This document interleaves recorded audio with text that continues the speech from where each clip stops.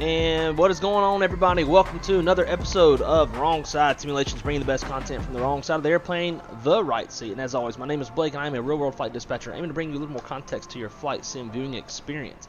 And today we have a pretty unique stream for you. What we're going to be doing today stems off of some, basically what we're going to do today I was involved with in real life. We're going to get into the nitty-gritty of it. I'm going to show some documentation, some charts, show you a few different things to help understand exactly what's going on. Now, in the real world, we wouldn't be flying Punta Cana to Ponce, I think is how they say it, Ponce. Us white folks, we call it Ponce. So you'll hear me say Ponce, I'm sure, plenty of times. But because the real-life flight is almost 3 hours long, and I have two separate procedures that I want to show y'all, not able to fly the real-world flight. Plus, it'd be kind of boring, too, to have to sit around and wait almost 3 hours to see a particular scenario unfold, right? So, we're just going to be flying from Punta Cana. It's roughly maybe 100 miles away from Ponce. So to give y'all a better understanding of what's going on, let me open up a couple things. This is not classified information, as I have been told by my contact down in San Juan Center. So I am free to show this as much as I like. So, the first part to all of this, and I have better illustrations than this, but basically you got Ponce right over here, and we have 4 different military operating areas as well as a warning area. So we got the Muniz 1, Muniz 2, Whiskey 371, and then Salinas 1 and 2 over here. These don't play nearly as much of a factor, but they are there and somewhat in the way. Also, due to military request, there is a 5 nautical mile extension from the typical boundary of the Muniz 1 and 2, so that plays a factor as well. This extension is from 8,000 feet to 35,000 feet. So this will be a lot more important in our second procedure that we're going to do. But the two options that have been given to us to not have to change our flight schedule, to mitigate the issues that the MOAs and the warning areas cause, we've been offered a proposed routing string. So that's going to be the first thing that we're going to do. It's a special route that keeps us out of the MOAs and gets us lined up for runway 30. And if the tailwind component is too strong and it sees the aircraft limitation of 15 knots, then we can do a circle to land procedure. Although I'm going to land runway 30 regardless of the tailwind for the first leg, and then the second leg we're going to land runway 12, which is a very, very gnarly approach. So I was hearing the GSX in the background. I know what it was. It's almost like Juneau, Alaska, but shorter runway. So that's a lot of fun. So right, so this is kind of an overview of the MOAs and the warning areas themselves. As we scroll down here, this is the second procedure that has been offered to us. It's basically called a tunnel, and so they are allowing a vertical tunnel from surface to 7,000 feet to get in line with runway 12. So we would start at the MAZ VOR. I'm not even going to try to say it because it's like a very Spanish sounding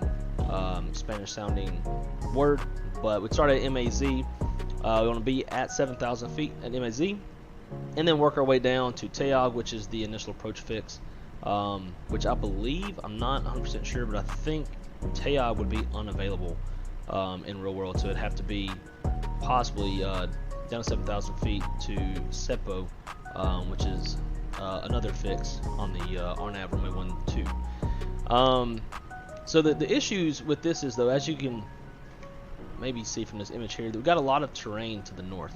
So that plays a factor in what we're able to do, which is part of why the military was willing to offer a tunnel. The big thing to keep in mind, though, is we're still surrounded by military operating area. Therefore, you got fast movers all over the place, operating all through this area over here. So you have to be very mindful of where you're at. It's a very tight tunnel per se. This is what we're going to do for our second procedure. But as you can tell, it says this extension area, which is not pictured, it comes to about up here. Should be considered further disruption to impact of RNAV runway 12. Approach at Ponce, even with the tunnel of 7,000 feet, it would be tight. That's what she said. So looking at the approach plate, we got the initial approach fix of TAYOG here. Not sure if that is even available in real life. We're going to fly it, but they might would have to go MAZ direct to SEPO, which is another initial approach fix, and then start it from there. Join the RNAV from there. That's basically in a nutshell. There's a lot more information. It's kind of I don't know, a little too in depth for our purposes. So this was a little presentation that I created to present to flight ops. Flight ops being the pilot group. Sent this to some of the chiefs to just kind of give them a better view of how you fly the radial off of the MAZ VOR and then intercept the initial approach fixes as charted to start the approach for runway 12, and then this way is runway 13. So typically, and I have some better pictures than this, but typically if you fly the charted approaches to shoot runway 30, you would work your way down off the radial, intercept whatever that fix is, I can't remember what it is, and then you're on the RNAV and you just circle around and land. And then for 1-2, as we were talking about a while ago, SEPO, or not a SEPO, TAYOG, SEPO, and then working your way to land on runway 12. To give you a better view of it, here is the same concept but with FliGHT. So you can see we've got the Munez 1 and the Munez 2 here. TAYOG and SEPO are both in the Munez 2. So you have to make sure we stay below 7,000 feet to stay out of the MOA. Then to make this really weird little acute angle turn, airplanes do not like acute angle turns, so you have to make sure you're very slow. And again, this is going to be the second procedure that we're going to fly. The first one we're going to do is runway 30. So this is how it's typically you would come in, based off of what ATC offered for their reroute. This is what we're going to be flying for our first leg here. So we're going to fly direct to Aguadilla, BQN, and fly direct JOSHE, CLAYO, Wolford, Venti, I don't know how you'd say that, CULEB, and then CULEB is the initial approach fix for runway 30. So from there we'll join the RNAV runway 30 and land the airplane. When you throw in all of the runway 30 waypoints, so from CULEB on, this is what it's going to look like. And as you can tell, this is a very wonky flight path, very sharp turns. So we definitely have to be mindful of our speed as we're flying this. We want to be nice and slow as we get down here to Vinkli, whatever the fuck. Be nice and slow here so that the aircraft can manage this turn, as well as at CULEB. I flew this one time just to kind of try my hand at it, and I did not do any selected speed. I let the airplane do what it wanted to do, and it blew right past CULEB. It swung all the way out here, and by the time it was back on the lateral path, it was hitting Eosi, however you want to say that. And so then we overflew that path and tried to rejoin the final, and the airplane was struggling. It was behind the curve. It wasn't great. So as we get down in this vicinity here, we definitely want to be slow, probably no greater than 200 knots. So again, the first procedure we're flying is the route around, I guess you could call it, and then the second procedure is going to be the tunnel that we're going to fly. We're going to do both of them from Punta Cana, since it's pretty close, and we can knock them both out pretty quick. Cool. So flying with me today, as usual, we've got the great, well, I don't know where he went. Oh, there he is. I was looking the wrong way. We got ZACK over there. ZACK's going to be flying it with us. So I'm going to be talking, both of us through this and see what we can do. So over to the chats. Fish Guns Fitness, that's a kick-ass name. What's going on, my friend? Joe Hatch, welcome aboard. Aviation Geek, Wes, Shaq, what's up, guys? Great to see y'all. Byron, welcome. And in Flight Simmer, hey, how's it going, dude? Great to see all of y'all. I always feel like this is like the most awkward part of like the whole stream, where like trying to roll through and say hey to everybody, but it would take too long to read everything. So I never know. Like I run out of stuff to say. Like welcome aboard. Hey, hi, how's it going? Hi there, guy. But no, thank you guys for coming to hang out. Hope y'all enjoy this one. This approach is definitely the first one's not terrible. The first one is just mindful of your speed. The second one, the approach itself, like take the MOAs out of it. The approach for 1.2 is like a miniature version of Juneau, Alaska. So that in its own is pretty tough.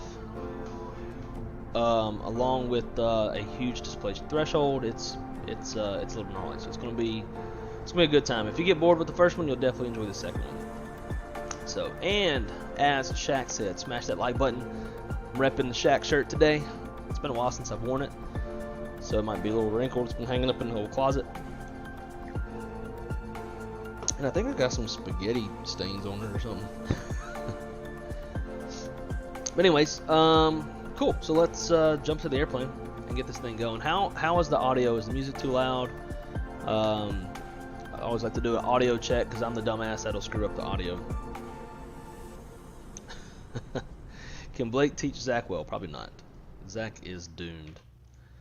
So, not going to waste any time. We're going to get this thing fired up. And we're going to move quick.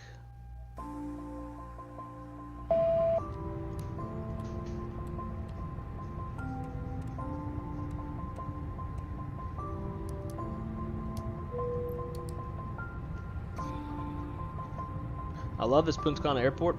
I've actually been here in real life a couple times, and it's super cool because all of the international terminal is like actually the entire terminal, the whole thing. Like it has a roof, but like it's open too. I'm pretty sure they don't have any air conditioning. It's just like it's open. The airplanes powering up. They probably don't illustrate it very well. This is payware scenery. I don't remember who made it or anything. So the times that I've flown in, typically park over here on stand 6 or 7. Oh yeah, look at that. So as you can see, it's wide open, like everywhere. And it definitely creates a different atmosphere inside of the airport. As you got live bands in like the check-in area, playing some cool music. Very tropical place. If you ever get a chance to go to Punta Cana, I absolutely recommend going. I usually stay at one of the Rio resorts, the nicer one, because it gives you access to the other 3 Rio resorts that are around there. I actually have pictures standing at this window, taking pictures of like A350s and some wide bodies that were flying in and out.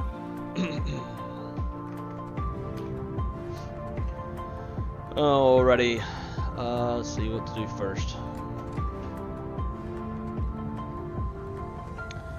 Alright, so we're just gonna do an instant board. We're not even gonna like, do the slow stuff.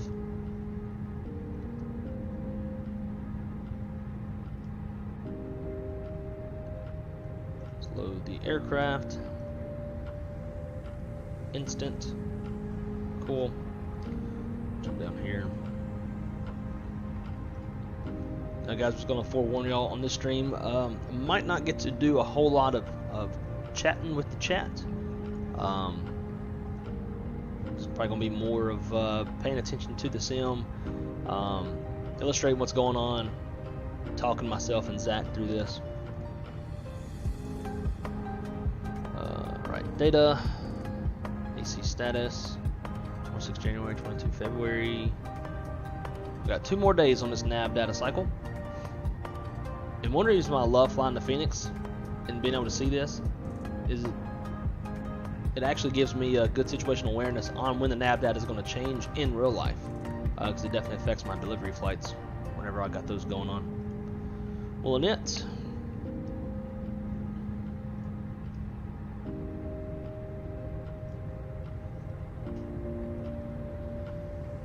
We're going to be Spirit Wings 3028. And Zach, you might have to double check your call sign, because since I sent you mine, it'll probably put the same call sign. Let's see. Cost index will fly 18. Flight level, we're going up to 21,000 on this leg. The next leg will be 11,000. It's nice and short. Let's see. Our temperatures -15. Triple pause, 58,100 feet. Wind data uplink.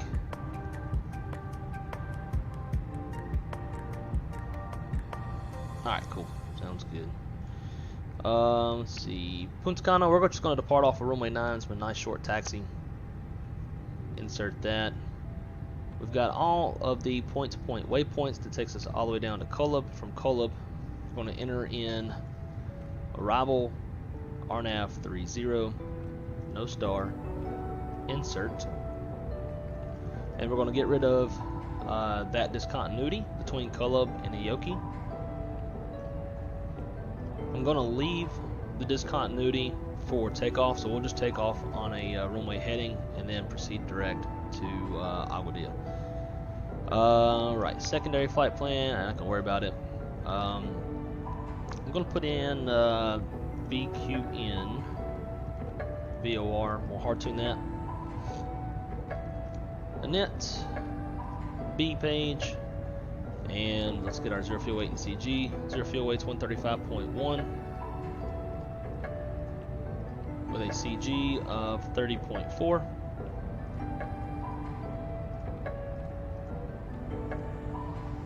Block fuel 9.2.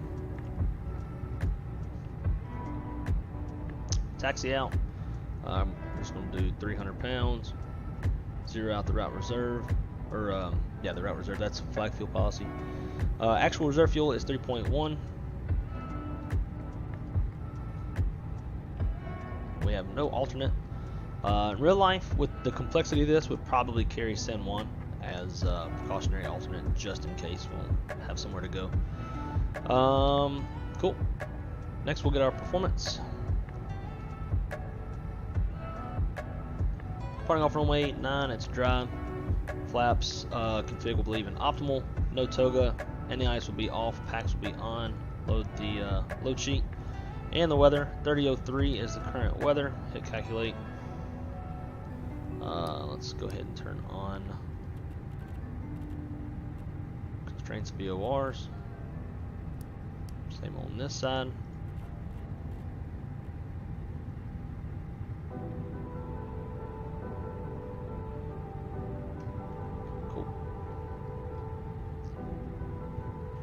Alrighty, so for our takeoff performance, it's going to be flaps 1 down 0.3.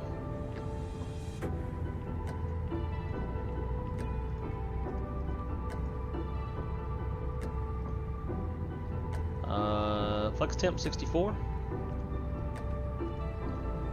Engine out, will be 1050. Thrust reduction acceleration climb altitude is also 1050.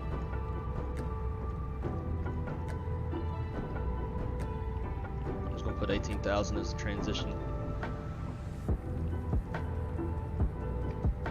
And then V speeds are 46, 46, and 47.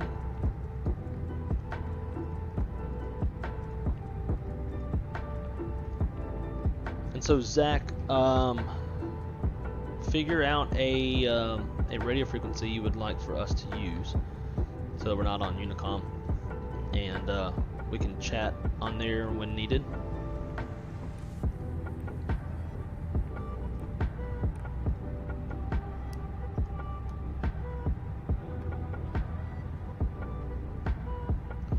And I'm just going to do a climb all the way up to 21,000 feet. Come on, my God, man. Yeah. Alrighty, company message. AOC menu, receive messages, load sheets, cool. Accept. And let's get the APU fired up. get ready to get out of here.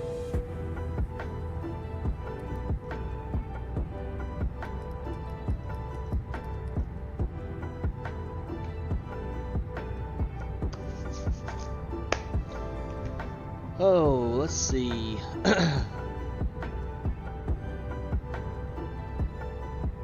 We are in for it. This will be a blast. I hope so. Shack is the Shack PTP for the 700. Do you know? I need to get me some of those liveries. I saw Shack that you put out a thing to download those liveries. I need to grab me some.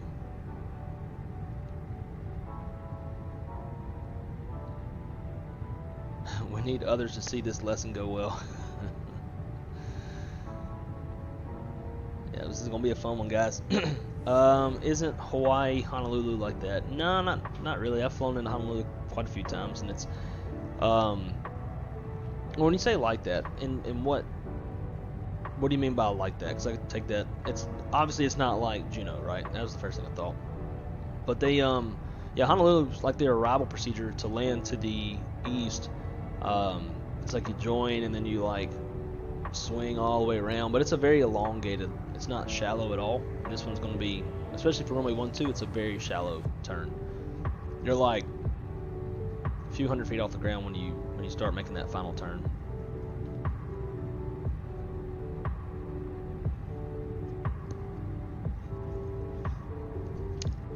No foreplay with the wrong side. 24.0, cool.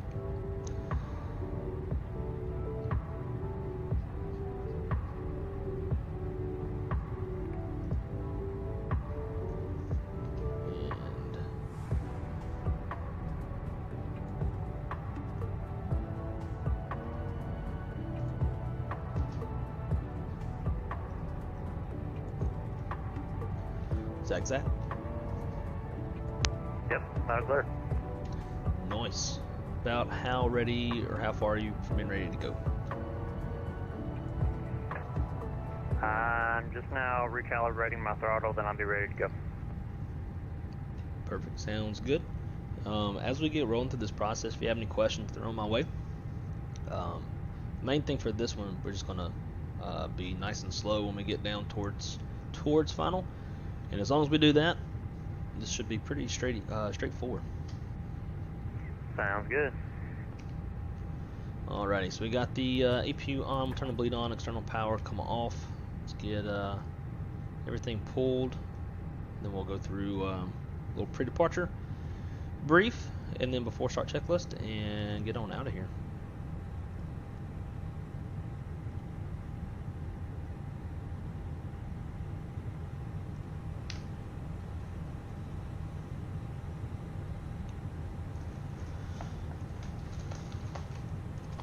Alrighty. Stuff. Alright, so for our departure brief, it's going to be a right seat takeoff. Aircraft type is a 320 for tail strike avoidance. There's no MELs or CDLs that degrade the performance of the aircraft. It's going to be a 2-engine taxi out. Our taxi route is going to be very short and sweet. When we push out, we'll turn nose right. We'll take Echo 2, Echo to runway 9. Takeoff runway is going to be runway 9. Terrain is no factor. Weather, I don't believe, is a factor. No hot spots, no runways to cross.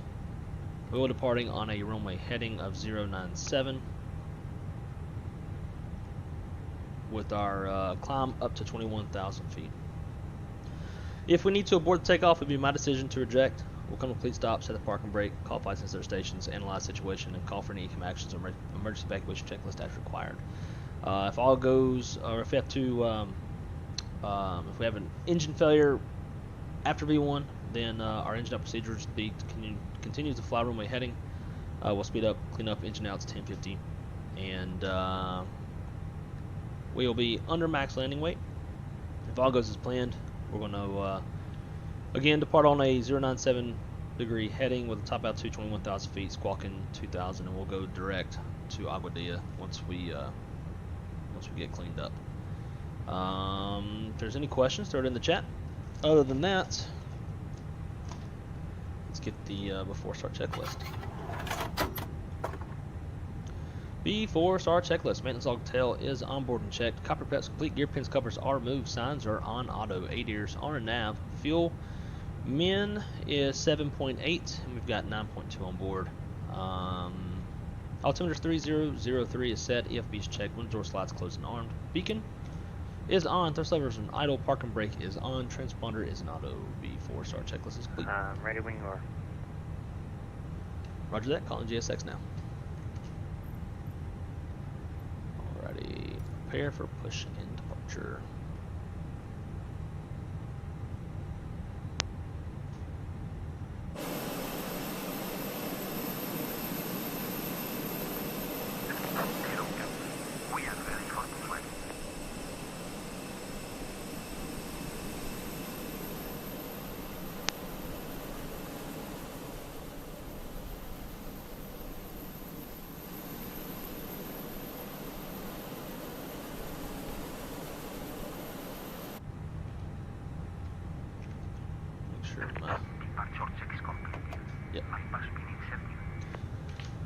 Just making sure my center pedestal in FSU IPC is all up and running the way it's supposed to.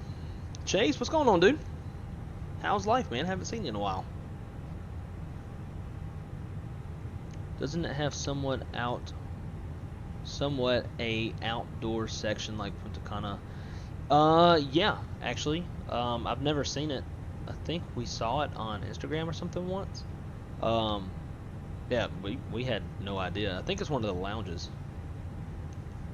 Which I've actually been in one of their lounges.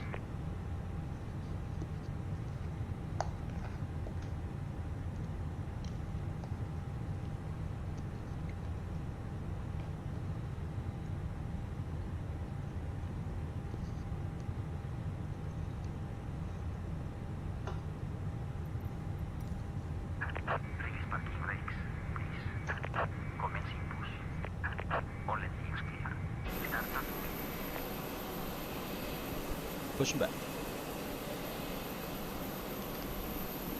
I don't have a tug available, so already starting up, and I'll just taxi out from here. Sounds good. Yeah, I tried to do that yesterday, or last night, whenever I was giving some practice runs on this. And I was like, you know what, I'm just going to move fast, I'll use the EF feed. And then nothing happened. Yeah, same here. Say I tried it, and it said that there was no tug available, so it is what it is.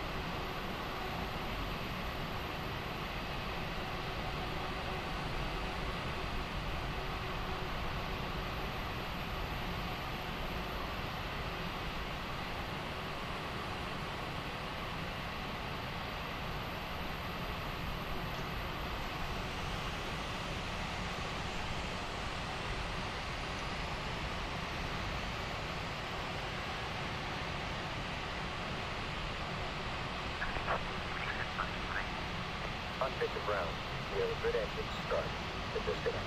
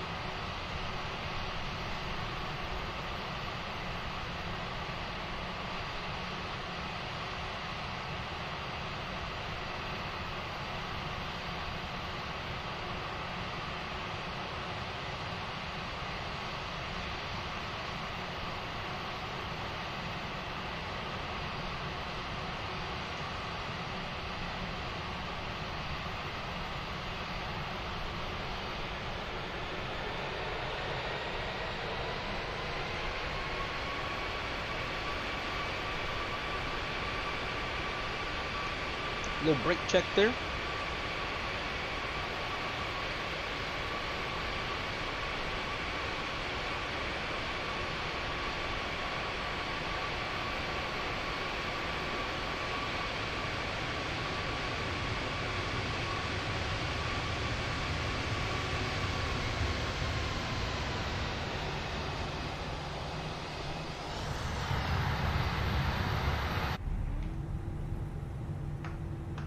We just about screwed that one up.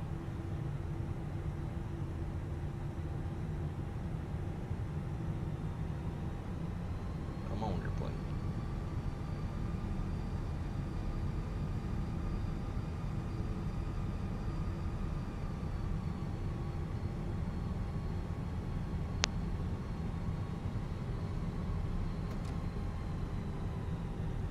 All right. Make sure that everything I was doing outside the cockpit was actually working.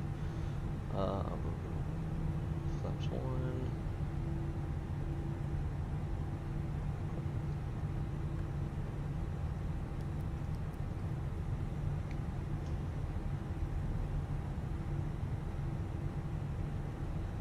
All right. After start checklist. Engine anti-ice is off. Yellow trump is off for trim 0. After start checklist is complete. Mini brief. We're departing off runway 9. Runway heading. Gross weight's 144.2. Flaps config 1 plus F. Fuel 9.1. V1 is 146. V2 is 147. Top altitude's 21,000 feet. 21,000 is blue. And our first fix will be Aguadilla. Flight controls check. So I get this. There we go. Okay. Alrighty. Flight controls check. Full up. Full down, neutral, full left, full right, neutral, rudder, full left, full right, and neutral. Flight controls check is complete.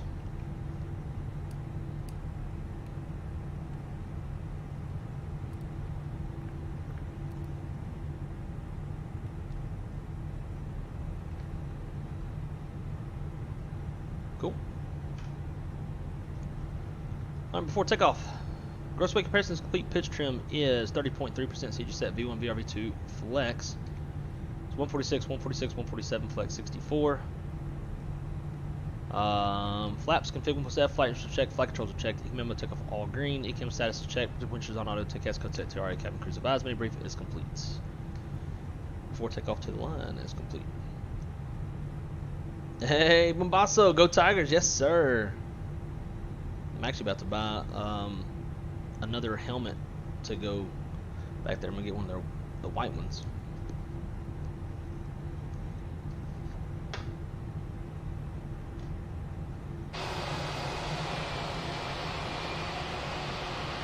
Nothing like some faulty textures. I've been having a lot of texture issues lately.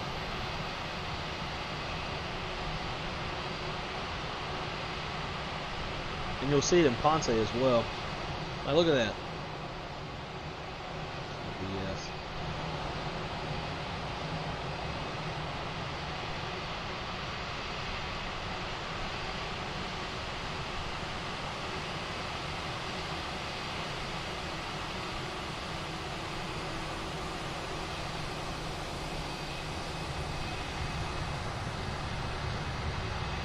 What was that, Zach?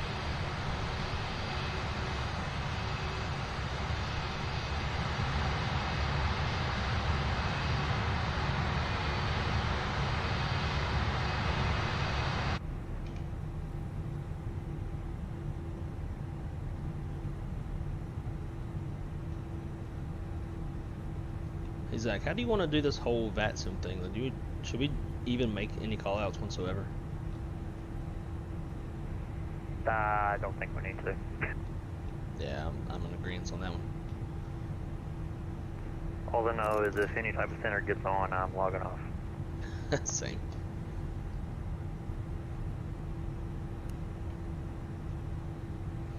Alrighty, before takeoff below the line. Takeoff runway 09 is confirmed. Let's see, fuel 7.8 is required. We've got 9 on board. Engine mode selectors, normal bleed packs are set before takeoff. Checklist below the line is complete.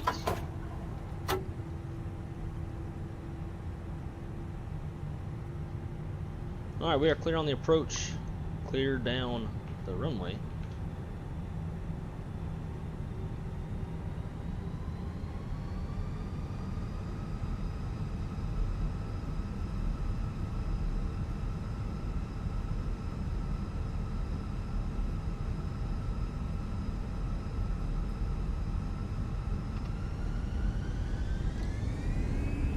Man, flex, SRS, outer thrust blue.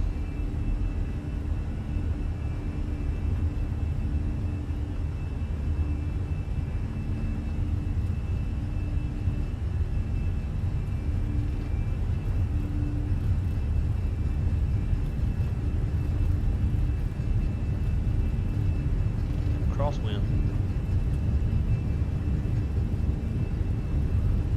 Here's B1. And rotates.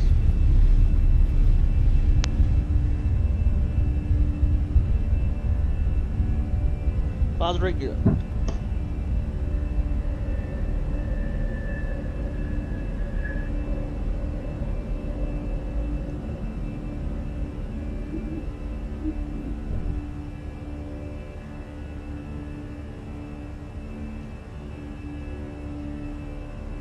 Accelerates.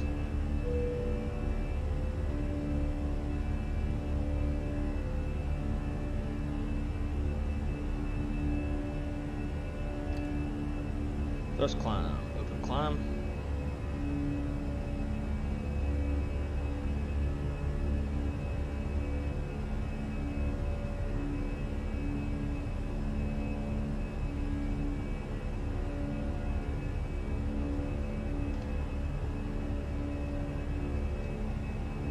There's S speed, we can go flap 0.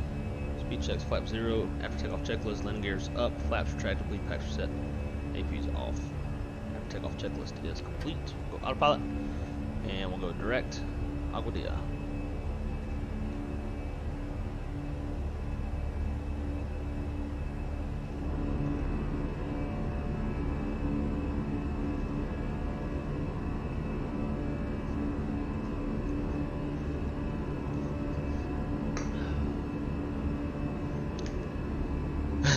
The 49 is next level smooth. Sure enough is, man. I love this thing, and it's unreal. It's not always perfect, but it's damn sure pretty good. Same go Tigers, hell yeah. Hopefully you can still take off. Yeah.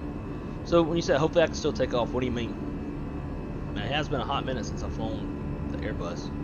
I was thinking that yesterday. I was trucking down the runway. I had a stronger crosswind yesterday and today, and I was really struggling. I was like, oh my god, it's been way too long since I've flown the Airbus.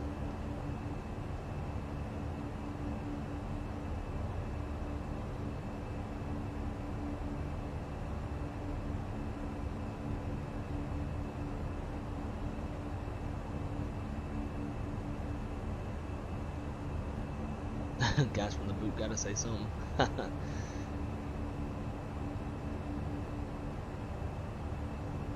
Why don't you boys do a Discord VC, then you won't need VATS? Oh, yeah, because we're too stupid to think of that. I'll leave that up to Zach.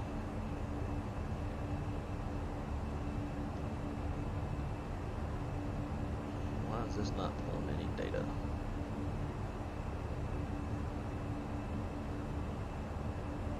Probably because it's not open.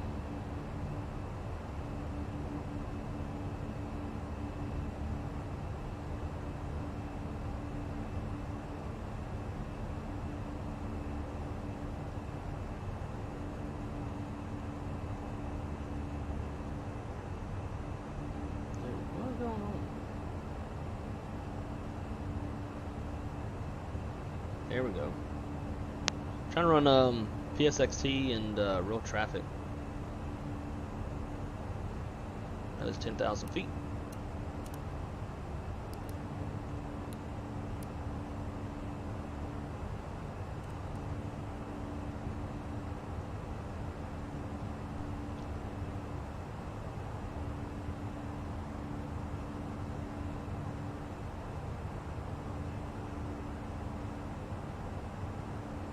course, I don't have nobody near us whatsoever. And all the San Juan guys are probably way too far to the north to. Oh, hey, check that out. So, right here, Spirit Wings 3027. This is the Ponce flight. Today was the first day with all these MOA constrictions, or constraints rather. And so they went down there at Spirit Wings 3028, and now they're on their way back to Orlando. Spirit Wings 3027. In fact, I know the chief pilot that is sitting in the jump seat on that airplane right now to observe the whole thing and make sure that the way we want to do it works.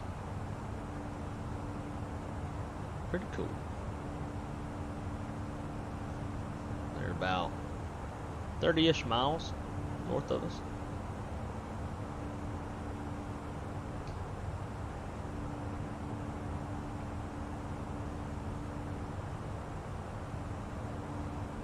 So for this approach, we're going to bring the camera to this side, because all the mountains will be on this side of the airplane.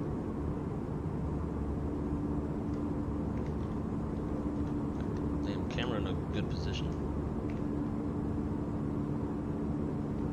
That'll work.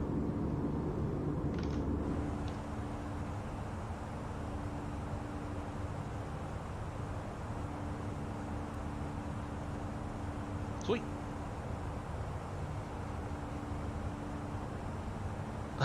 I'm sure y'all's blood type is Gumbo Roo. Hell yeah, it is. So I'm just now like catching up in the chat. Yes, sir. Stream is super smooth. Good. And I was kind of worried too because I recorded both of these same procedures in full 4K, and so to do that I had to change settings in OBS. So then today I go and I change the settings back, because I typically do 2560 by 1440, which is still going to show y'all that way, because that's what the base canvas now is 3840 by 2160, I think. But then it's going to, once OBS ingests the data, it's going to put it out to y'all in 2560 by 1440. But it had all my stuff messed up. Like I had to go through all my OBS settings and fix it all. It was actually really super annoying. But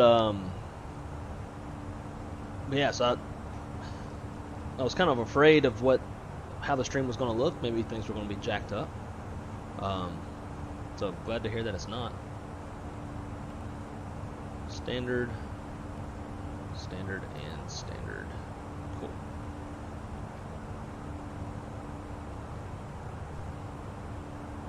Oh, I got you, Wes. Yeah. Broken, yeah.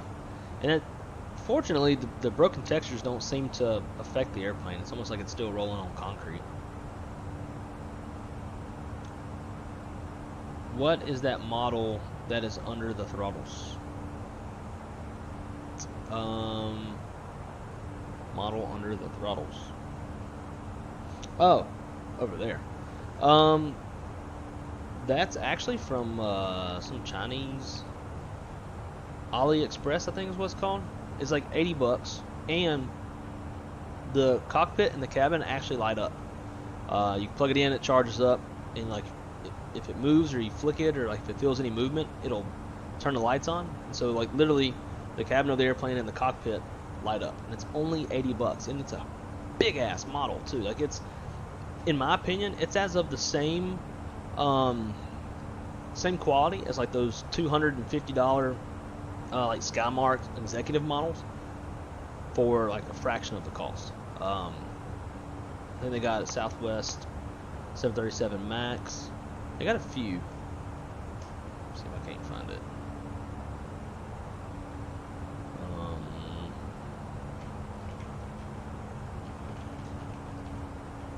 So once I got it, I sent it to I sent the link to all of my bosses, and they all bought some.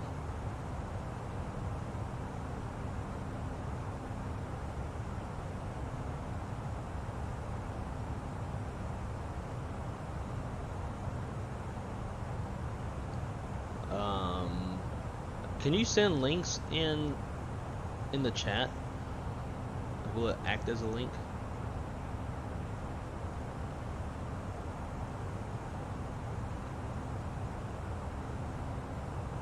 What's going on, Porter? How are you, my friend?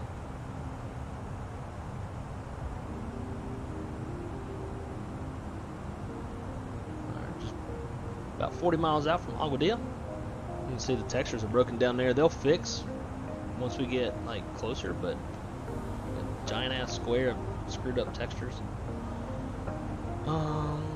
Discord.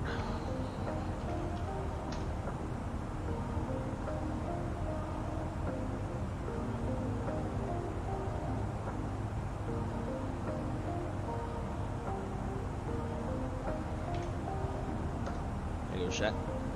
Send it to you in the chat. But for everybody else out there, on AliExpress, look at this: $63 or $64 without the lights inside the cabin and the cockpit, and then $80 for lights in the cabin and the cockpit. The only thing I don't like is the wheels are too small. Who cares? And they're removable too. You can take them out, which I've done. Look, we got a Southwest 737. I think it's a. No, it wouldn't be a Max. That's a 700. Never mind. 737-700, which also lights up. Pretty slick. I got a bunch of others, but I think Spirit and Southwest are the only two U.S. domestic carriers. I got a bunch.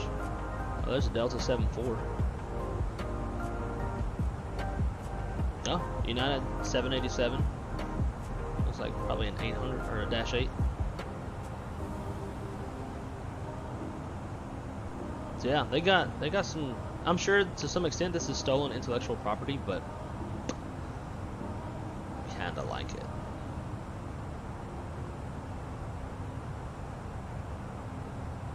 But the way I found it was I just Googled Spirit Airlines model or something like that. Yeah, Spirit Airlines model plane, and it showed up in the shopping part.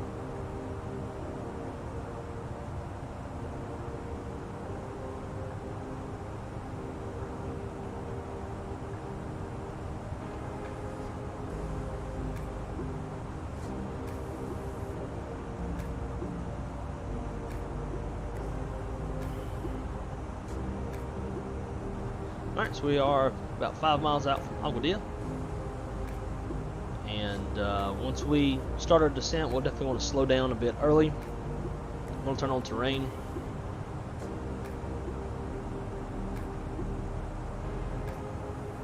And let's just kind of roll through the waypoints real quick.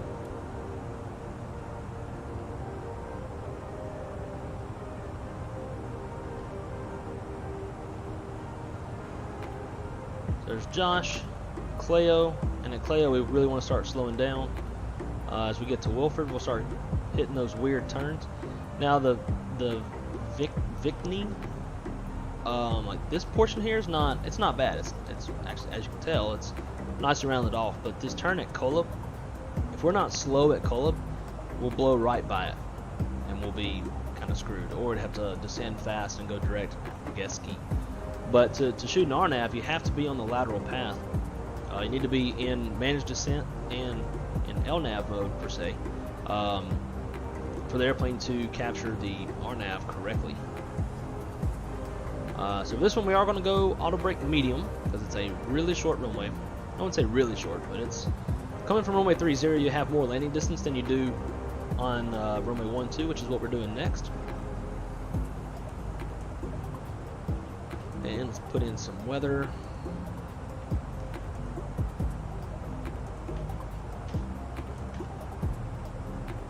Oh wow, quite windy. Winds are 111, gusting 1.8, which is not, that's not windy in like normal cases, right? But being that this is going to be a tailwind, that's pretty windy for a tailwind. Let's go perf. Next. 100. 11. Temperature's 30. Ooh, it's warm. Altimeter 2997. Alright, so for our minimums,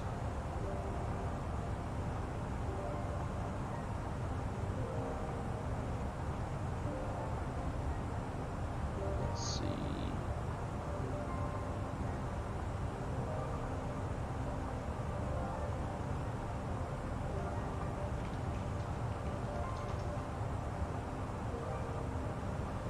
Alright, let's show y'all. Let's do charts. Bam. Okay. Of course, I didn't fix the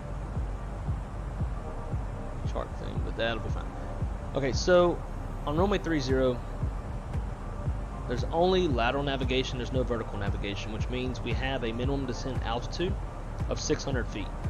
Per my company's like flight ops procedures, you add 50 feet to any MDA. So our minimums are going to be 650 feet. So we'll drop that in the barrow. Now, because this is a non-precision approach, many of you who fly a lot of ILSs, typically you'll see a radio box right here. But because it's a non-precision approach with no vertical guidance, with it being an MDA, you only have the option for barrow. So minimums are 650 feet. We need a mile and a half to shoot this approach, and we've got 10 miles, so we're good there. Other thing too, we'll talk about real fast. On runway 30, we have high altitude runway lights, PAPI on the right, or approach lights, PAPI on the right. There's a 30-degree glide path on the PAPI. It's grooved. So there's no glide slope, right? Typically with an ILS, you would see a glide slope here. We got the special little 4, so we come here and read this special note. Our landing distance available is 6,757 feet. So when we come back on the other side, if you look here, on runway 12, special little note, says 6122, but your actual landing distance available. So do I need to start descending before the top of the descent, or just wait for that to come? Now you just start going down on top of descent. Play everything as you normally would if this was just a normal route. Just make sure that when you get to CULEB that you are nice and slow around 200 knots. You'll probably have to go selected speed to do it. Okay, sounds good. So yeah, so when we come in on the next leg, we do runway 12, we're going to have 5,488 feet of usable runway, and that's also a bit tougher because we have a very, very shallow turn.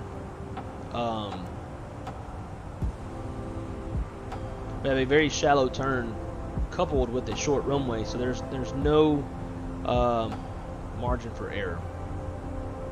So everybody needs to come on down.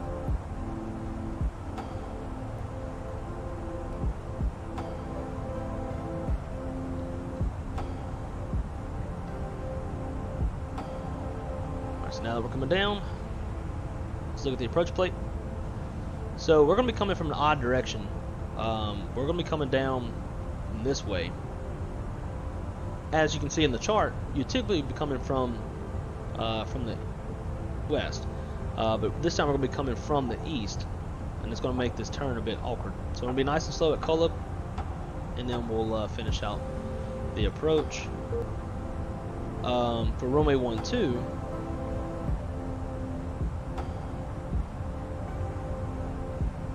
you can't really see it, but there's around this general area there's a bit of a small mountain.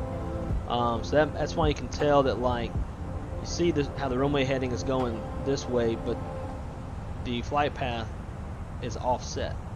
So that makes it a little bit more of a challenge when trying to land.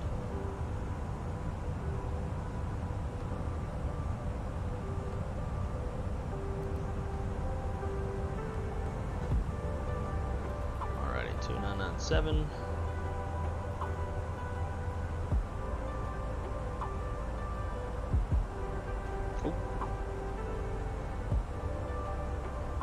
This one's pretty straightforward. Just make sure we're slow, paying a lot of attention to our speed, so we can tighten those turns. Other than that, it's pretty easy. Hey Zach, one other forewarning, just from the few times I've flown this. Ponce can get pretty windy and also pick up a bit of low level wind shear with the mountainous terrain that's sitting just north of the field. So once you get down pretty low, fully expect to get kicked around a bit. Yeah, I was kind of expecting that just because based off the weather too. Right. Sorry to be eating on stream, guys. I'm starving.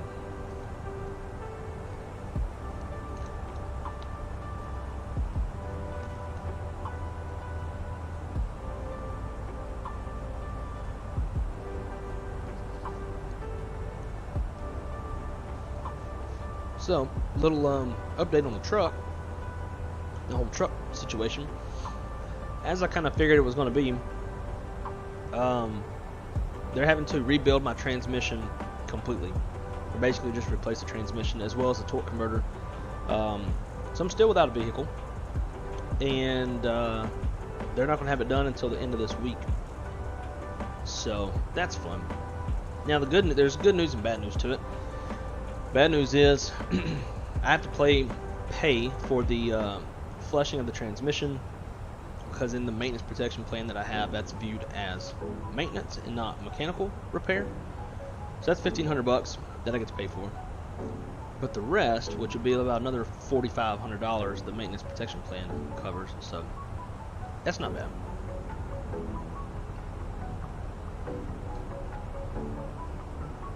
So we're going to go down to 2,700 feet. That's where CULEB starts.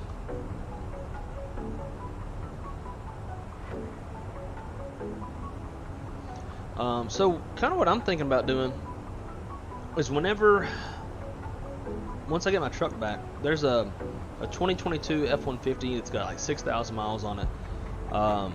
It's got a nice little lift and some tires and rims. It's a very aggressive looking truck. It's got lots of tech on the inside. It's got a big old monitor or big screen in the center dash. Really nice. So I'm thinking once I get my truck back from Chevy, just take it straight to the dealership, trade that bitch in, and get me a new F-150. Alrighty, so let's see. Is your transponder on? Because you have actually disappeared off my GPS.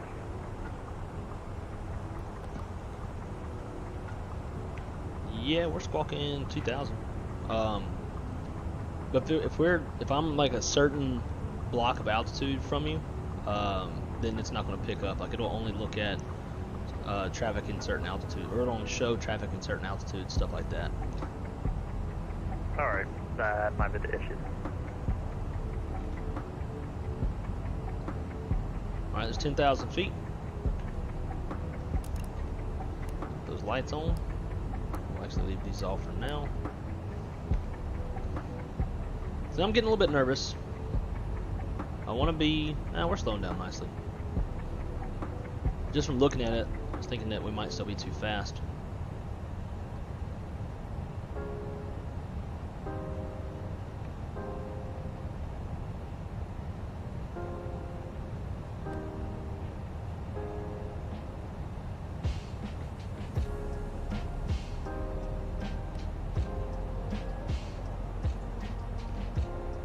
VLS to go away.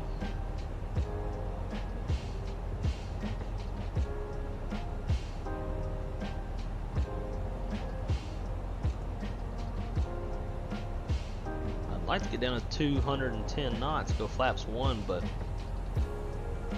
not going to get VNE. So here's VNE. Need VNE plus 10.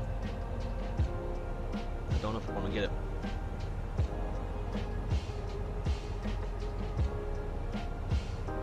The other issue is once you bring the spoilers out, this like stall buffer comes up, and it's way too close. These gusty winds are going to make it harder.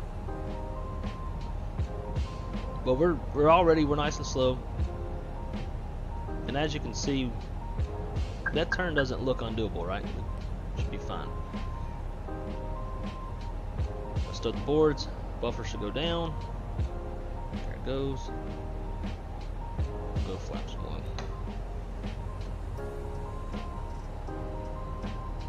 Yes, that turn is totally doable.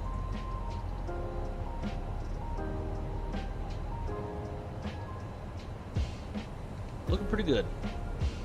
And as you can see, obviously got a lot of mountainous terrain out there, which causes a lot of the problems. And why we have to do this kind of weird routing that we're currently doing. The flight plan, fix info,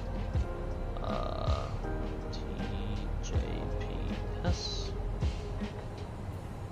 30, 5 miles. Cool. Get that range ring in. And now we can go arm the approach. We are now on the RNAV since we just passed CULEB. Take it down to 180.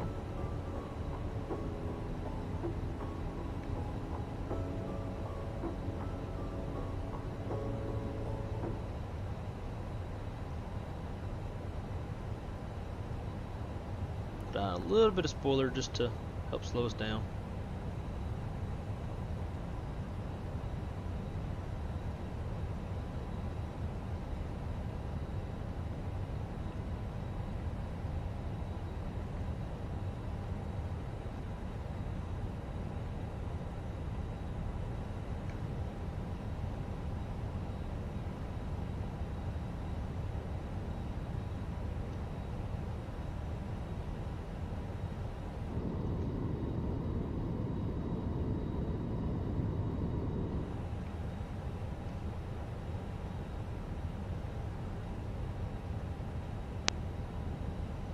Go flaps 2.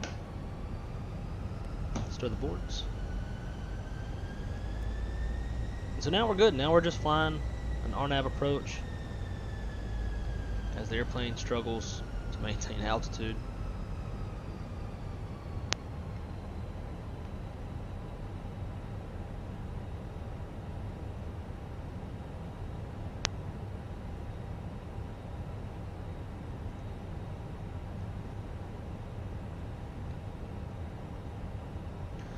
So Shaq, yeah, after this flight we're going back to Punta Cana and we're going to do it again, except we're going to fly the tunnel procedure next time. Alright, let's go 170.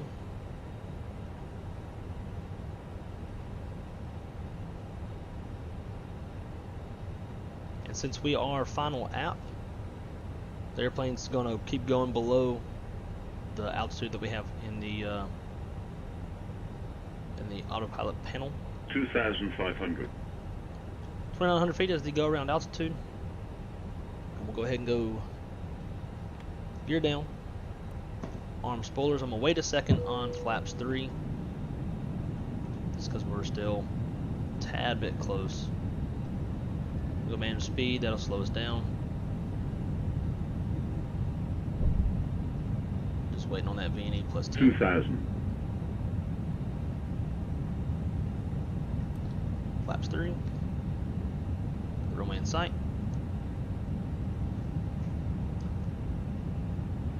Flaps full. Now the other thing that you have to do when flying an RNAV approach like this is if you are going to go below minimums, which in this case is 650 feet, you have to turn the flight directors off, because then the airplane gets confused and it switches modes and all that kind of stuff. So if we left it on, you'd hear it like did that little 3 tick to advise the pilot that the mode changed. So as we get close to minimums, oh, there it goes. So let's go. Actually, I don't know why I did it, because it didn't show anything in the annunciator. Alright, we're just going to hand fly it anyways. So my airplane. Turn on the bird. We are visual.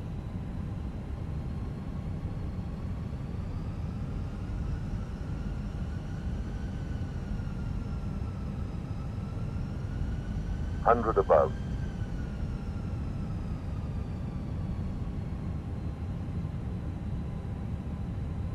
Minimum.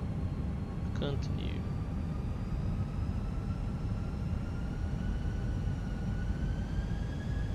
$500.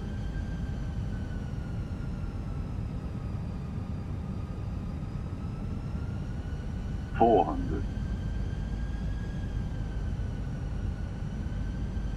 300.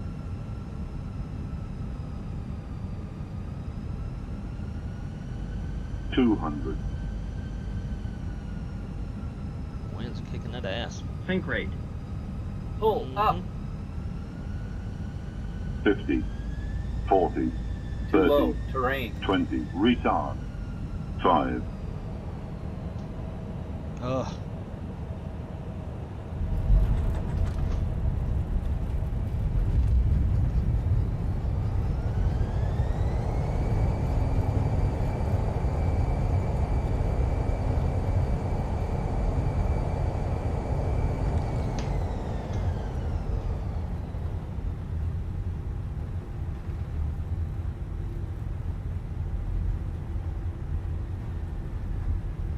Man, I was almost, I mean, I was that close to getting the touchdown zone.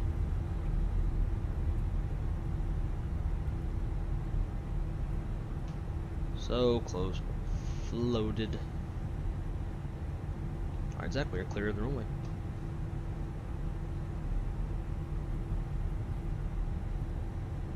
Sounds good. I'm about 7.5 out.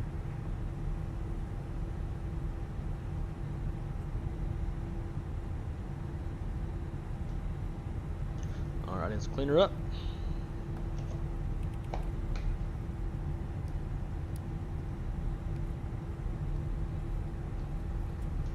Flight director's already off.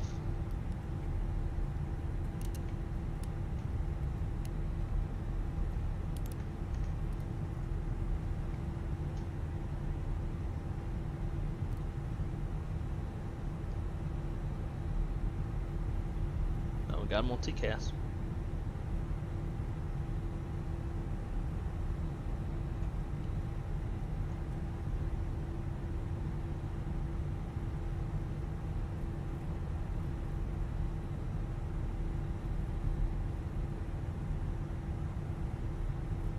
About 5 miles out.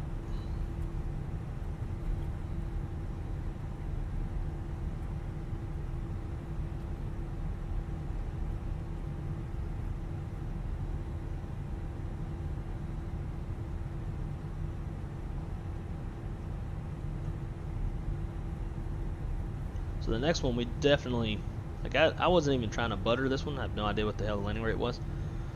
With a shorter runway like this, obviously care more about getting on the ground than trying to make it a smooth landing.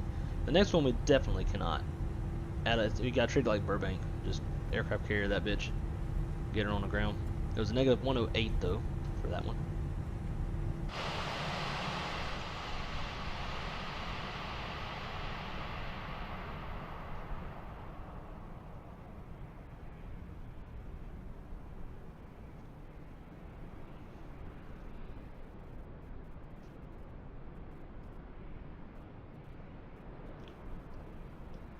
There he is. I was getting worried there for a second.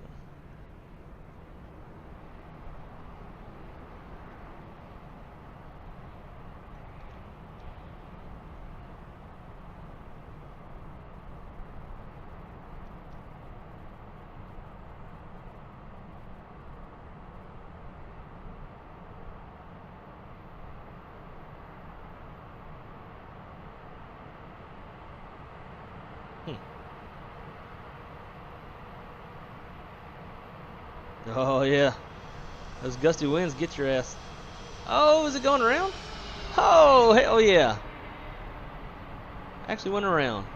Most people I think are too scared to go around. Film paused on me majorly. Oh, that's what that was. Okay. Hey, I'm impressed you went around though. It looked cool.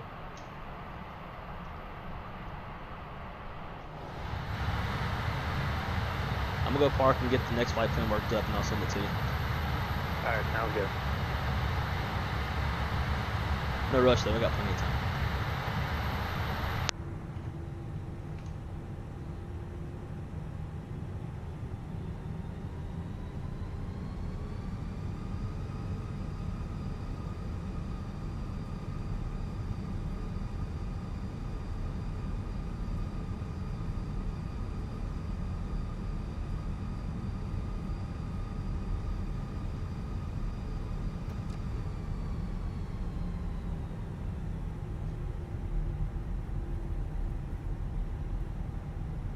parking spots we actually have over here?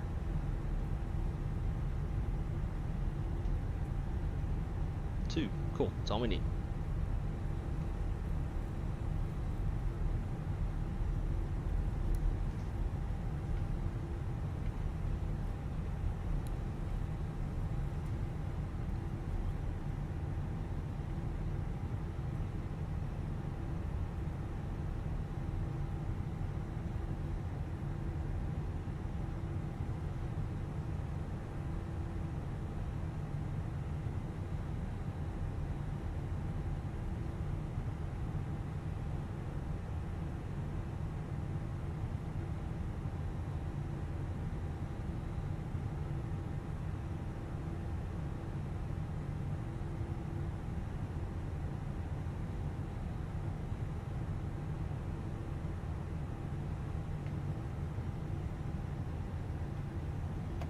Parking brake set.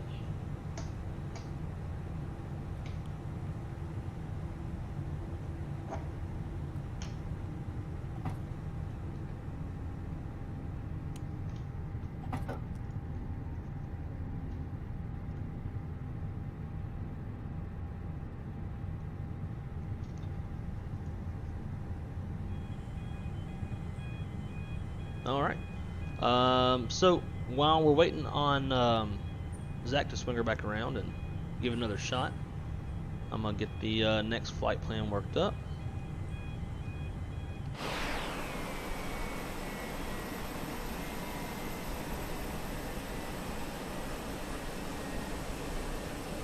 Wow, nice job, JetBridge.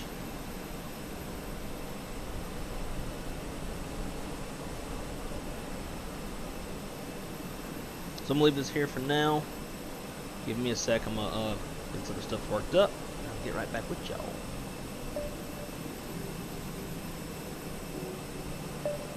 And I'll be keeping an eye on Zach on Valana so I know when to go out and watch his landing.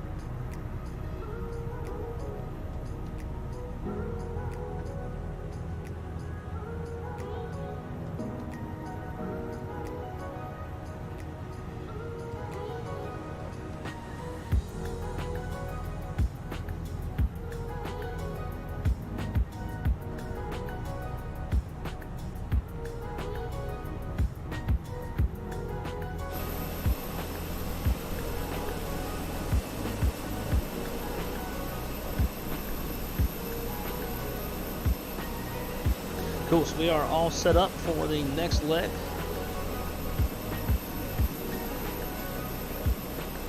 And just from knowing the airspace with the active MOAs, so we can obviously blow this up for you. So we've got ZACK down here, right? Over here is the Salinas 1 and 2 MOA. I'm pretty sure he's flying through it. Ooh, you're in trouble.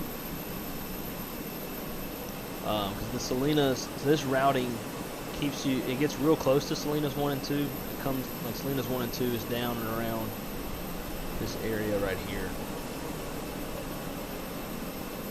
So stuff like that, you know, like obviously more for real pilots, but when operating in an area like this where there's MOAs, that's going to be a big thing to brief. It's like, all right, if we go around, which way are we turning? How are we staying out of the MOAs? All that stuff. This one would be a little hard. It would probably have to be a left-hand turnout, like a nice 100-degree left turn to stay out of the MOA, gain some altitude, cut back to the north to clear the terrain, and then rejoin the alternate, or to rejoin the routing that we initially had.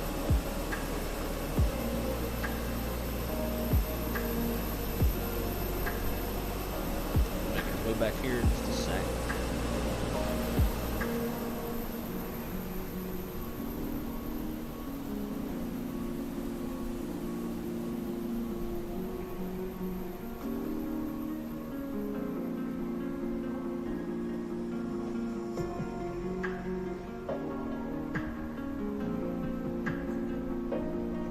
Keep an eye on our windsock.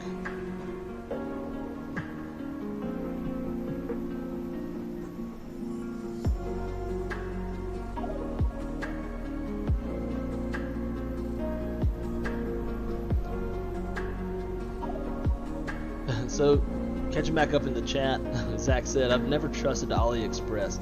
I didn't either, but when I saw this, I was like, you know what? It's kind of a good enough deal that I'm gonna give it a shot. I gave it a shot, and it actually worked out. I had my plane in like like a week, something like that. I just remember I was getting ready to do a stream one day, and then Chris was like, "Hey, you got something at the door," and brought it in. I'd forgotten all about it, in all honesty, and then opened it up. I was like, oh wow, let me grab it.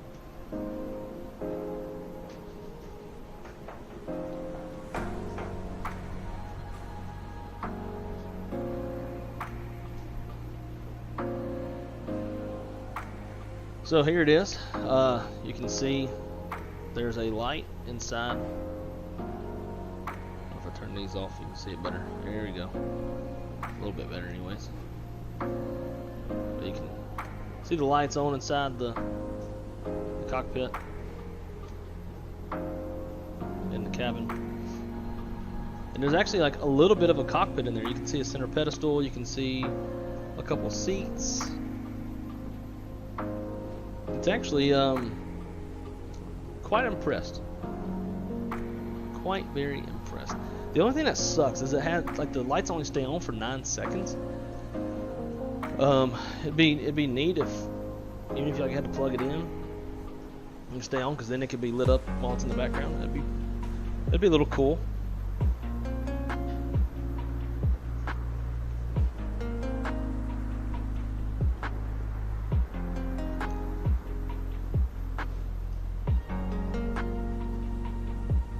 So here is Zach. It's roughly like 10 to 12 miles out. You should be seeing him here pretty soon.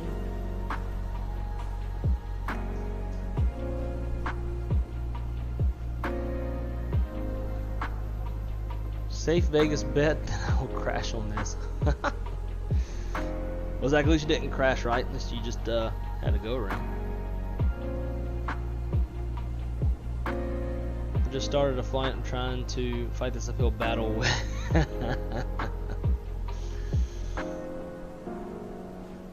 Shoot, man, you don't worry about that battle. It's not winnable anyway. Just come fly with us. Airplane said remix.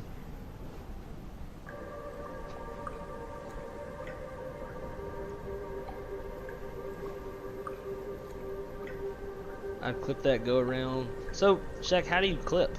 I have no idea how the hell to clip something.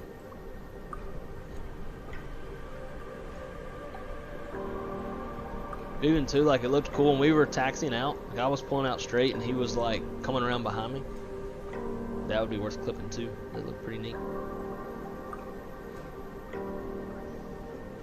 Zach was too nervous with the stream watching. I think Zach's used to it by now.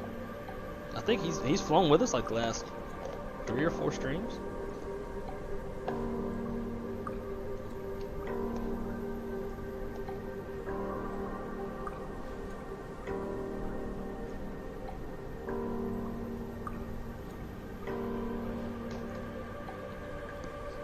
There he is.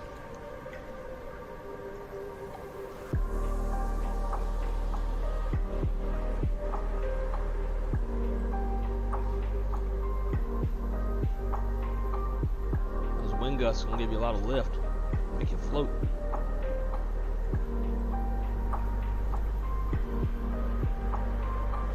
See, there's the float.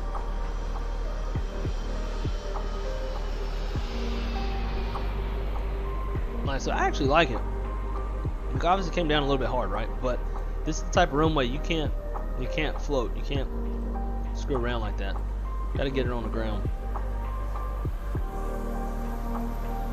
I like it. That little wind gust that made you float. That's the biggest pain in the ass. Like you were like right on that touchdown zone too. What'd you say? That was not fun. Yeah, I bet it wasn't. But it looked good though. Well, for one, I went the wrong direction on the go around. I dealt with all those mountains over there. Yeah, I noticed that. That's the first thing I thought about. So yeah, I bet he had a good time trying to get above that stuff. Oh yeah. Shaq said he's seen worse landings at work, so you must be good. Gotcha.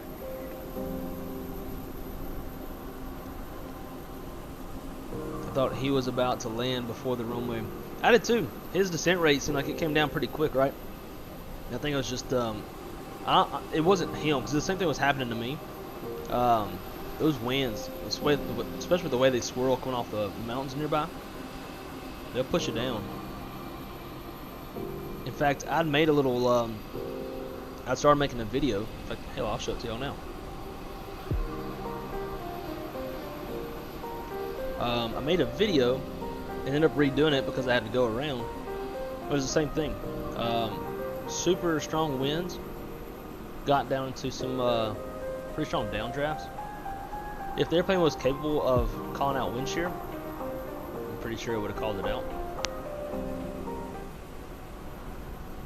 So let's see, let's find it.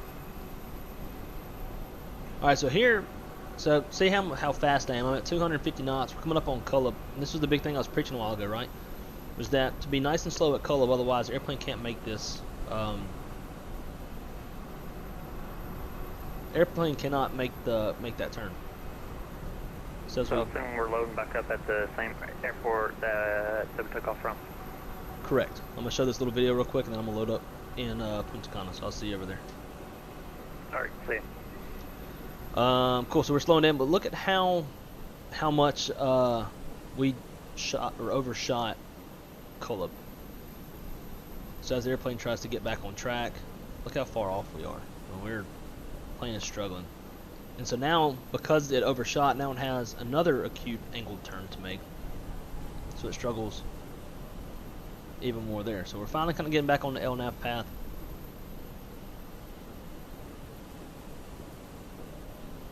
Airplane starts to figure itself out.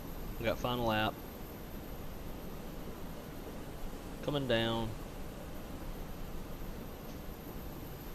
And this is about where I start really getting into some nasty winds.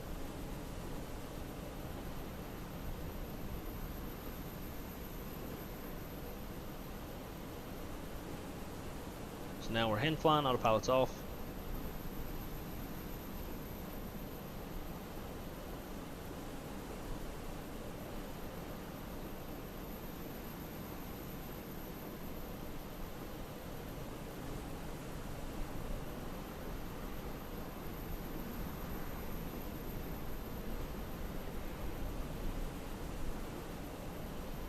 So we're unstable there for a second. So in real life that would have been a go around.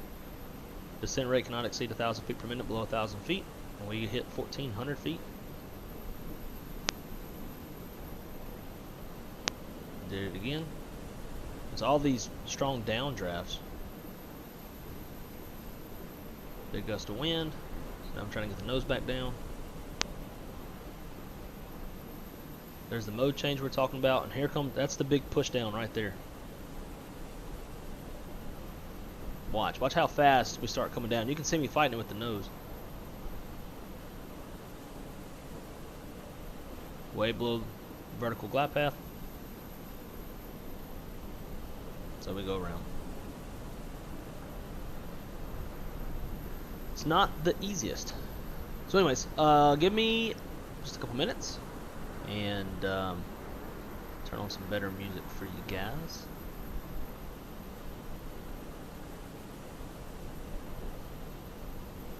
And I will see y'all back on the ground in Punta Cana.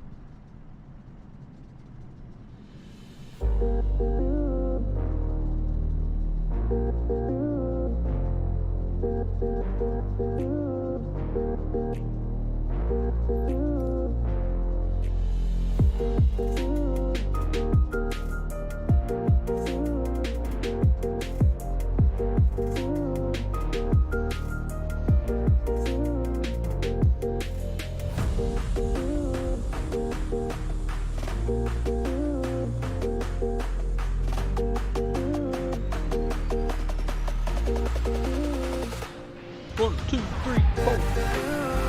Yo, yo, yo, yo.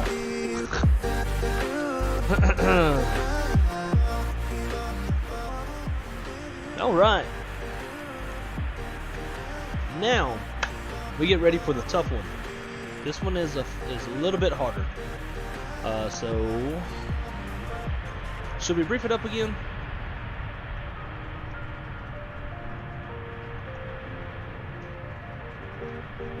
Now we won't brief it up again. So let's get into the airplane. Oh, look at that! That goes Tui. Nice.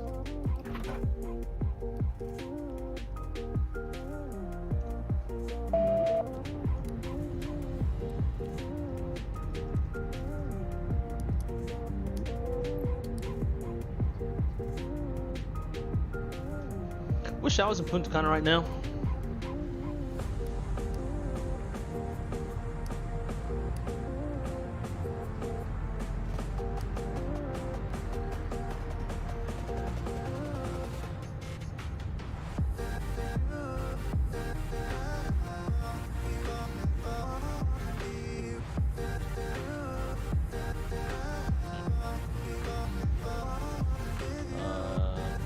Massive balance.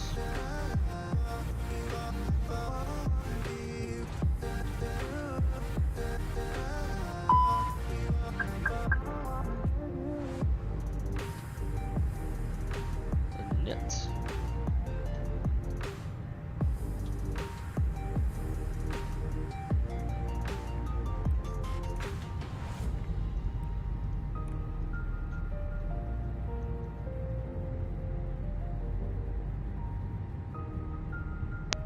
Is that, did you get the flight plan okay? Yeah, I've got her.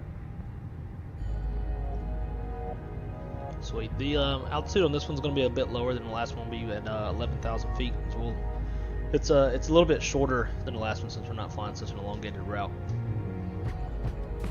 Yeah, I noticed that, so should be a fun one again.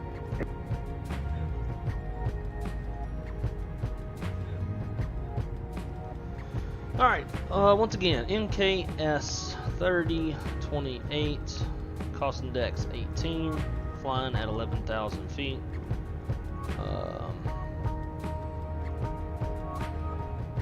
Temperature is 7 degrees.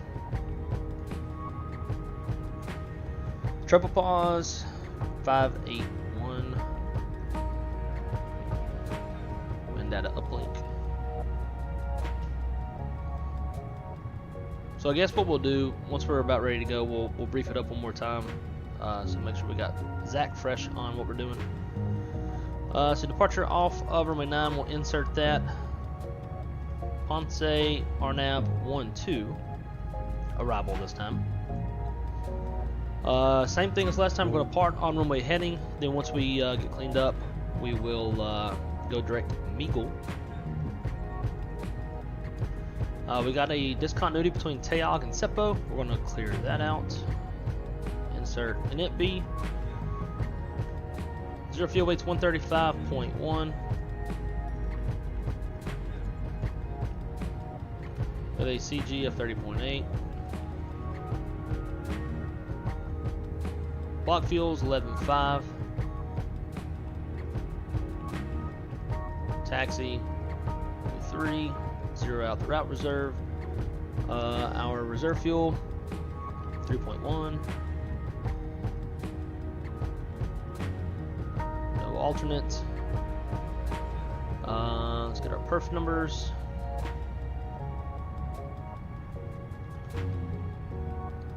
Parting off 9, dry, optimal flaps, no toga, any ice off, packs on.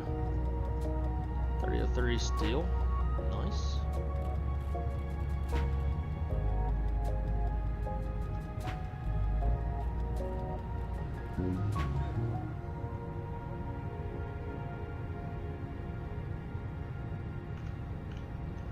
Cool. Let's see. This time it's going to be flaps 1 down 0.4.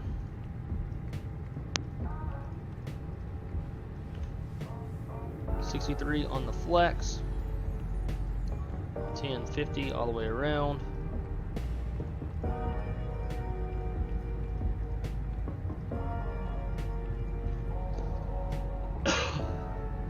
Transition altitude, make it 18,000. Not that we're going to go through it. And V speed's 48, 48, and 50.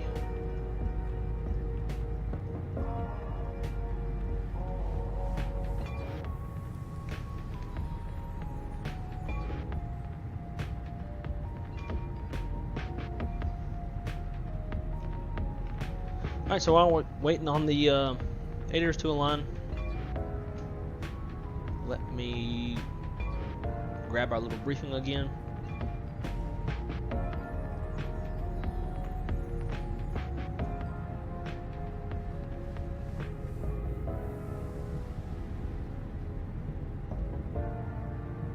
Oh wait, I haven't saved my computer. Oh, what's up, Jet-Kid? How are you, dude? Great to see you. Got some good timing. We're getting ready to start our second leg of our military operating area avoidance procedure into Ponce, Puerto Rico. Us white folks call it Ponce, so I'm just gonna keep calling it Ponce. Yeah, so we just did the first one, which consisted of routing around the MOAs. So, you know, like, we got folks like you who'd be in DCS, be in A10s, doing some strafe runs in the MOA, while you got us flying around the MOAs, trying to stay out of your way. So yeah, so this is what we did the first time. We basically routed around the MOAs. We came down, did this whole little shindig into runway 30 with a tailwind. Now, this time what we're doing is we're going to be doing a tunnel procedure. So when we cross, and Zach, make sure you listen to this. Now, I tried putting it yesterday when I flew this. I tried putting the altitude into the McDo myself, and it messed everything up. So do that if you want to try. But so MAZ, we need to cross MAZ at 7,000 feet because the MOA extension, the 5-mile extension from the published boundary, it's 5 miles further up, so it's going to be up around this area. So we're going to be at 7,000 feet, and our tunnel to go under the MOA is surface to 7,000. So if we reach MAZ at 7,000, we're now entering the tunnel, per se. And from 7,000, if you're able to put the altitude constraint, if you're able to put 7,000 in and like use like VNAV, then you can just use your aircraft's the aircraft's calculation on.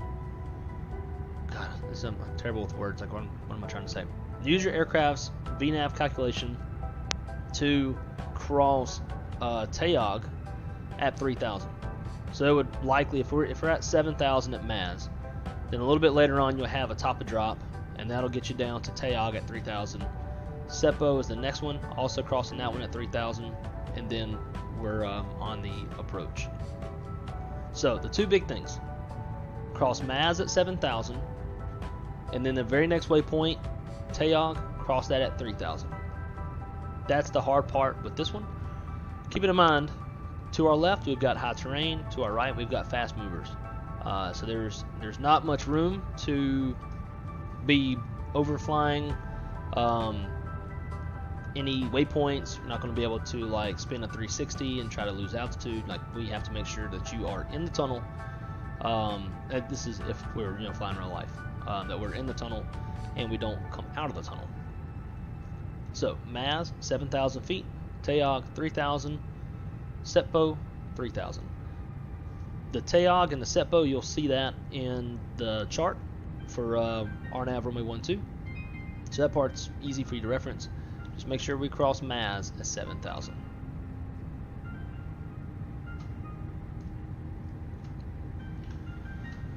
Cool. We got GPS primary. Let's get rid of stupid load sheet.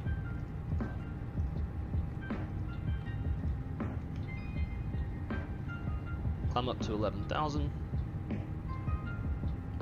Depart on a 097 heading. Cool.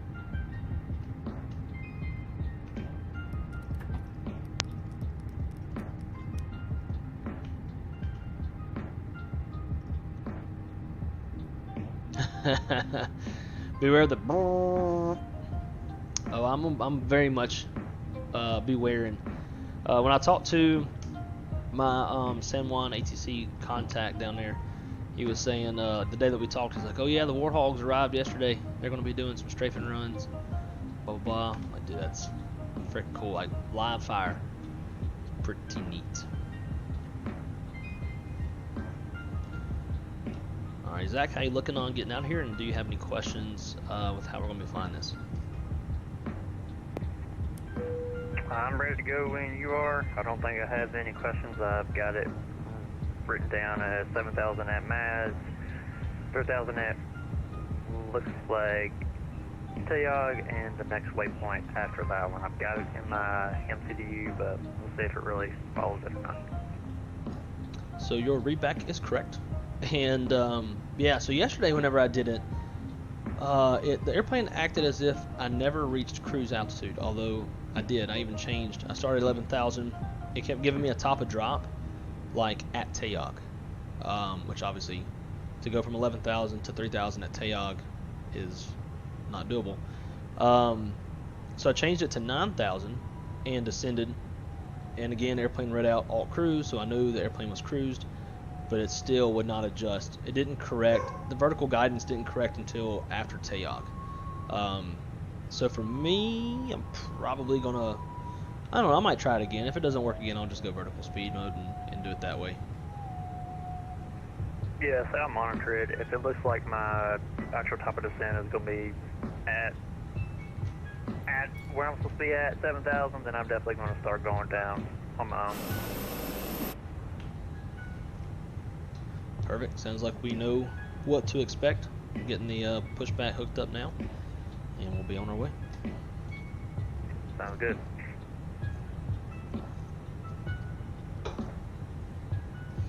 Any idea what they're doing in the MOA? Other than the only thing I know for sure is some A10 live fire.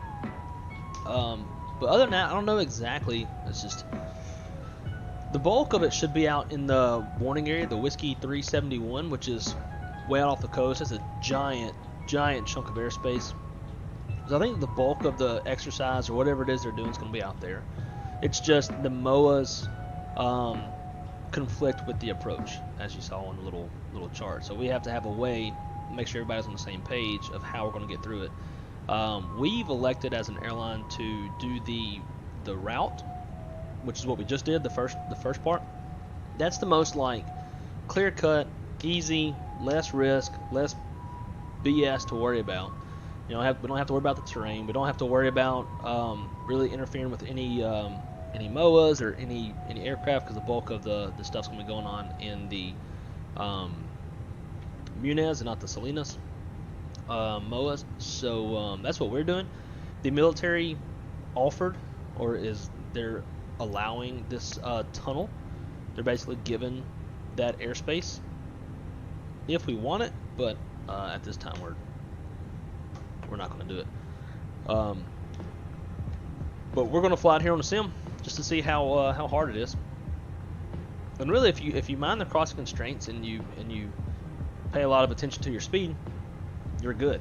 But if, like, you know, you just need to spin a 360 beyond MAS to lose some altitude or something, then you're screwed. Alrighty, let's rock and roll. We'll do the startup from the cockpit this time.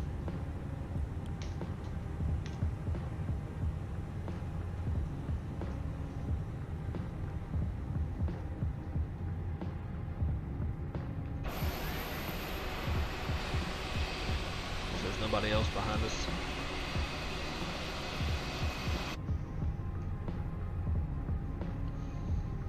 The other fun thing is the runway we're about to land on cannot be landed on at night. It is not available. It's not an available approach at night. It's daytime only. So we might have to change our time a little bit to stick with that. In real life, this flight lands around 2:30 Eastern time, 3:30 San Juan time in the afternoon.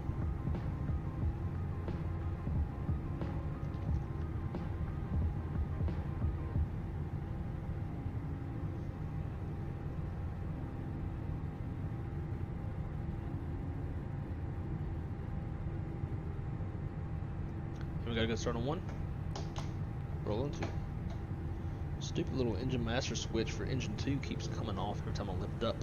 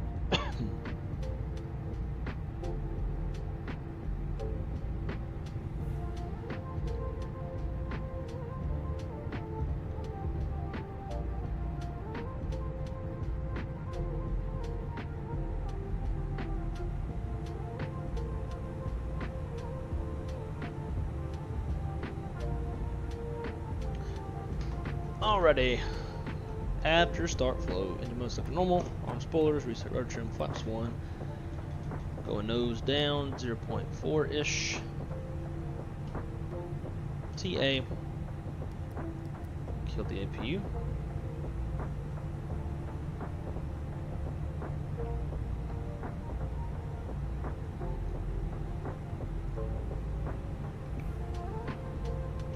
Jay, what's up, dude? Robert, what's going on, man? I'm guessing everything went well with the Ponce flight. We were actually we were doing the first leg, so today we're doing 2 legs just to catch up. We're doing the first procedure, which was the route around, and now we're about to do the tunnel now. When we were inbound to Ponce, I actually in like live traffic saw our Ponce flight on our way back to Orlando. It's pretty cool. All right, guy. Give him a little flicker of the light, let him know we received his signal, and we are taxiing out.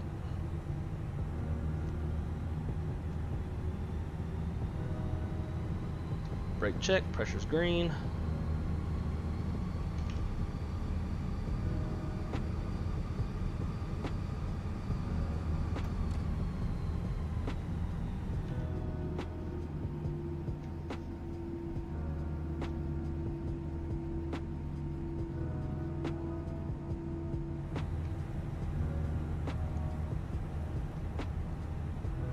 Clear left and clear right.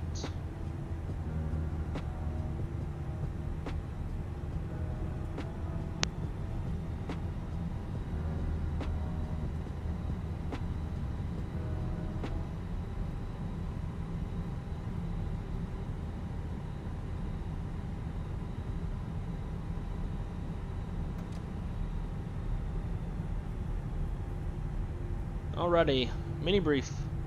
Departing off runway 9, I'm going to be departing on runway heading. Gross space 146.6, flaps 1 plus F, fuel's 11.4, V1's 148, V2's 150. Top altitude is 11,000 feet, 11,000 is blue. Depart on 097 heading, and then radar vector ourselves over to MEEGL as our first fix. Oh man, I gotta fix my little thingamajig.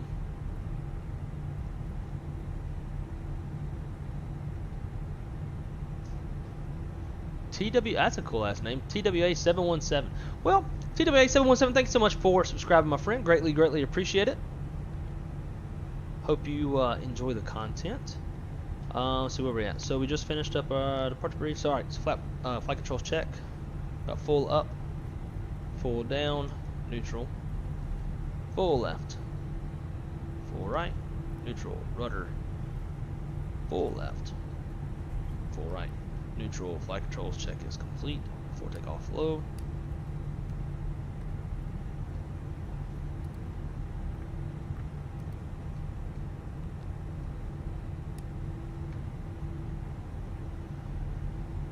Sweet.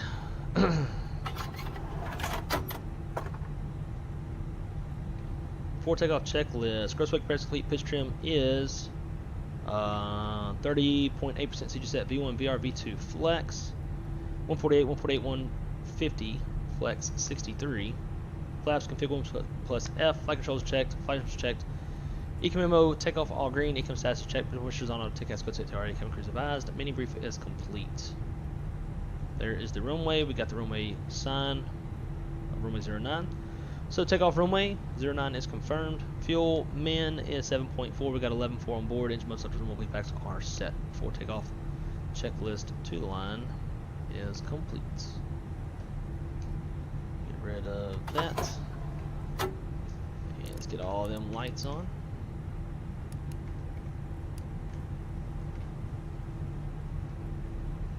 Clear on the approach. Clear down the runway.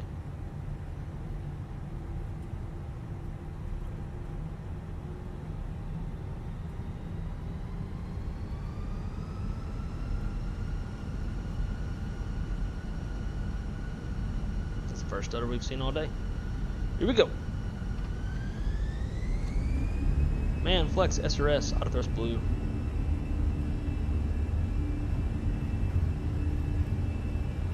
Nice little sunset takeoff.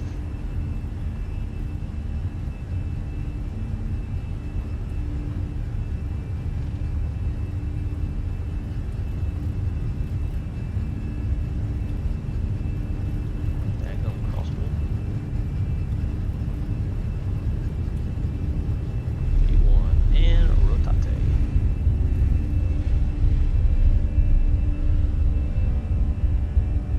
Positive rig gear up.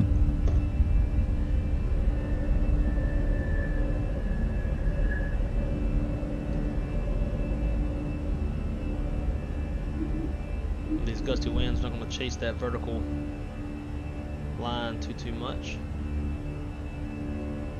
It's just going to bounce all over the place. Acceleration climb altitude. Look for a positive trend on the airspeed. There it is. Thrust climb.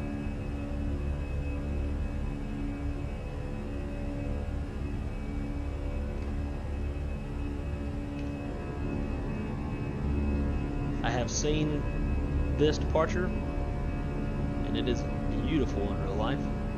Pretty sure I have a video of it too. I'll show y'all. I've even jump seated into Punta Cana before.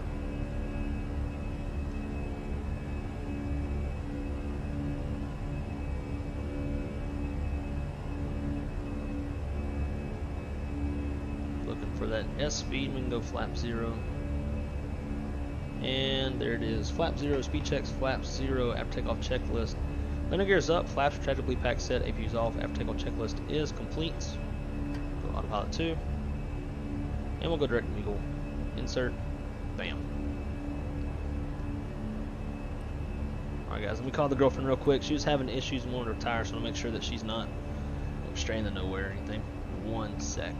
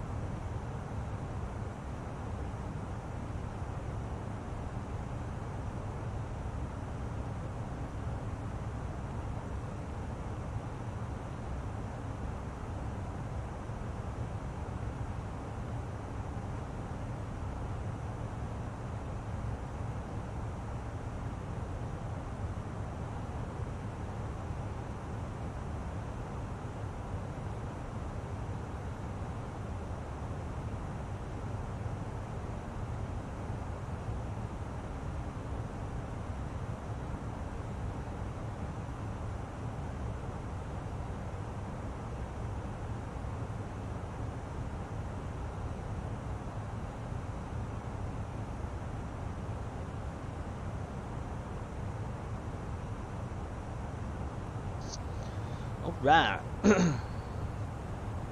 So, very surprising. Robert in the chat, Mr. Eggs and Toast and Bacon, was saying that probably I actually briefed the FDO to not be surprised. The pilot in command calls and wants to do something different. Well, and then, that was the thing, is like we supplied them with the options. We had everything built into the software, so I mean, do whatever they wanted to do. I'm curious to see what Senior Chief Pilot says about it. But yeah, like it's just been. It seemed like the whole consensus at the end of it was like, hey, we're just going to do the route because that's the easiest, and then they don't. Typical pilot fashion. So.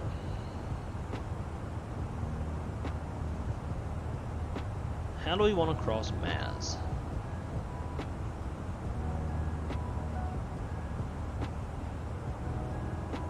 So I feel like if I put in 7,000 at Maz, it's not going to change anything.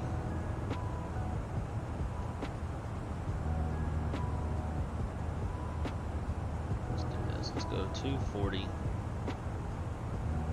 070.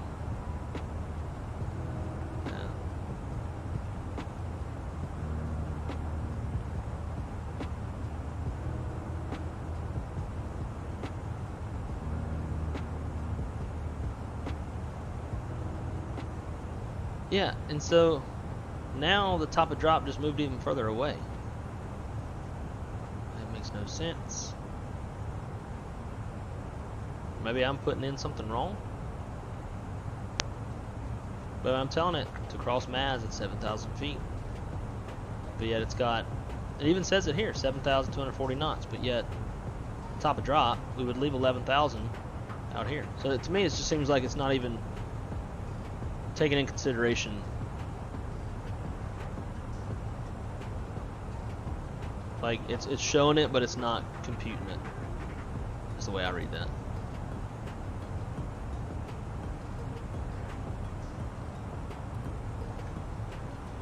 Oh, Cabana, good morning to you, lady yourself.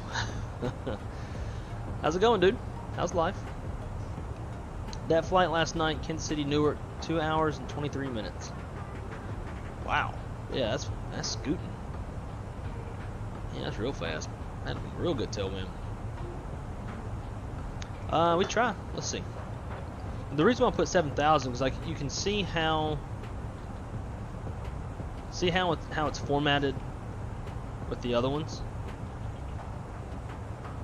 So that was why I did the 7,000, but yeah, I did think about doing that. Yeah, my top of descent is way past Maz.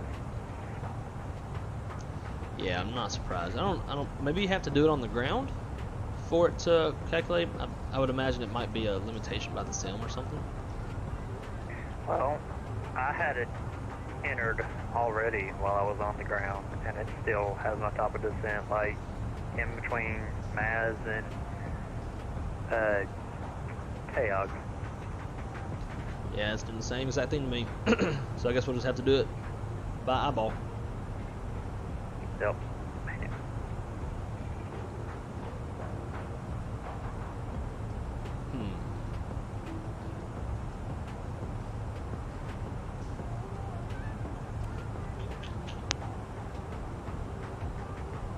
Just woke up an hour ago on overnight last night. First shift being sent. Oh wow, dude! Congratulations, man. That's fucking awesome. Happy for you.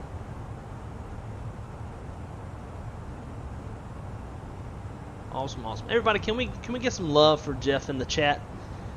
Jeff just worked his first solo shift as a Delta Airlines dispatcher last night. That is awesome. Damn, 177 knot tailwind. That's wild.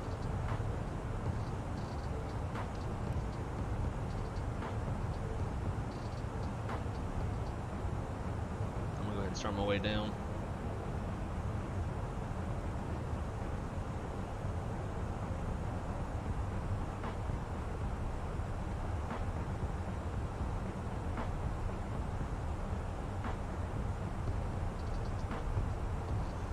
Yeah, I should probably do that.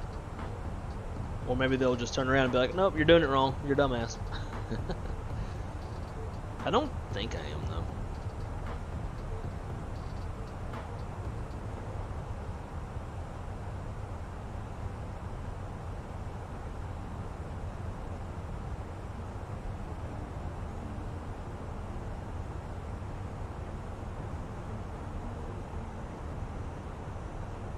Fortunately, we have this nice little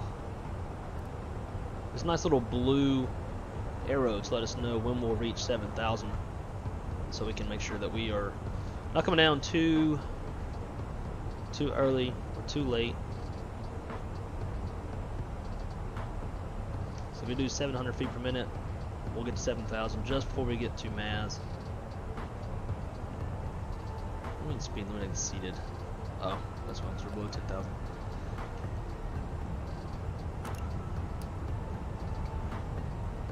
Let's spin this clock back. Nah, we'll leave it. Just see if we can't get in before dusk.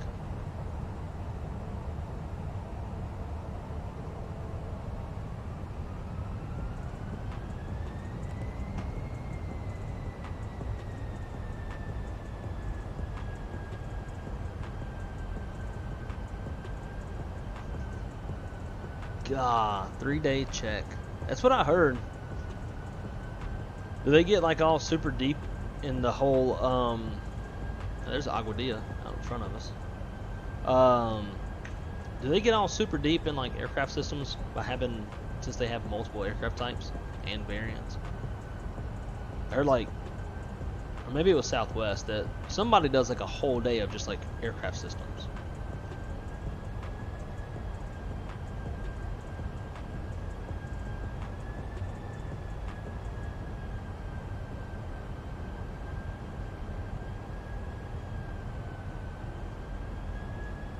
Yeah, Jay's dream is Chicago. Plus, he lives in Indy, so you don't want to go too far. Even though the elite go to Delta.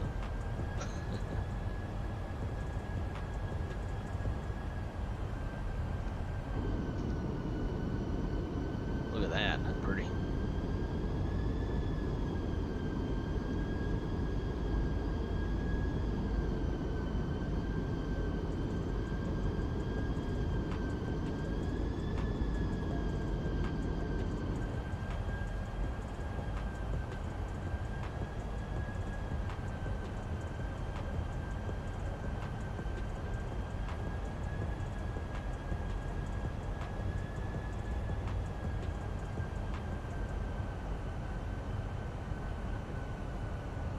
So Jay, if you got a job at United, would your wife be willing to uproot the kids and send everybody to Chicago?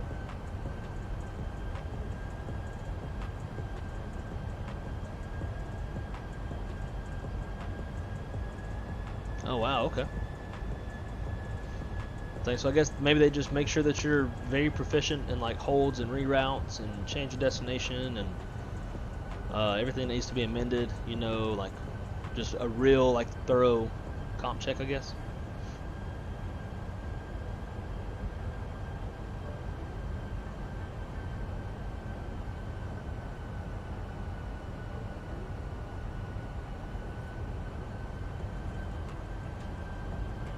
So yeah, we like absolutely cannot rely on the VNAV at all. Just got top of drop, which is still thinking I'm at 11,000 feet.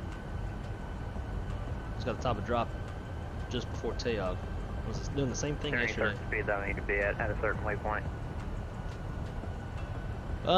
Really just 250 or less, just because it's below 10,000. There's no speed limits associated with any of this.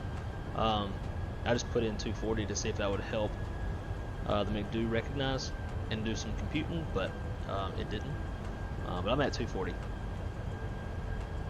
Okay, I'm gonna go to 230 for now to, I guess, kind of back off of you. Roger that.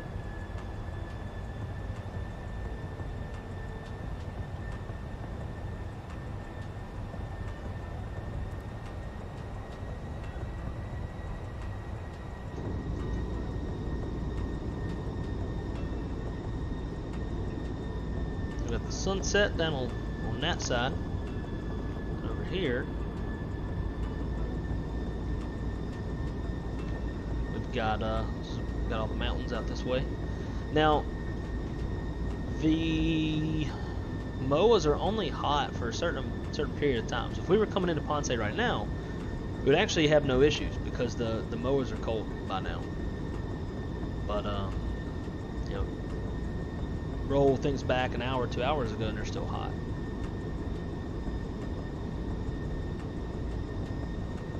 Super pretty.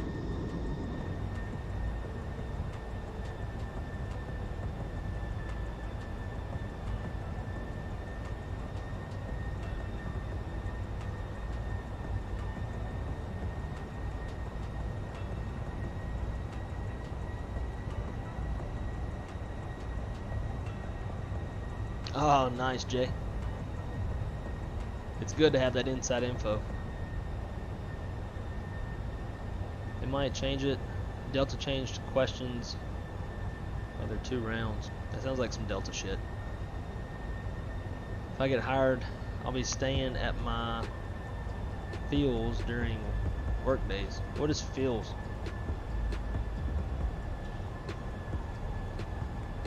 Oh.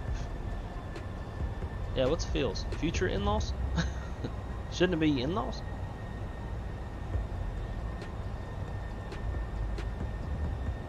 Yeah, it sounds like United to me. United would be lazy like that. Alrighty, let's prep for the arrival. So we're going to go auto brake medium. Let's put in our range ring. TJPS 12. 5-mile range ring. And I'll tell you what, we'll try to draw an extended center line, and that'll help kind of show you just how offset this thing is.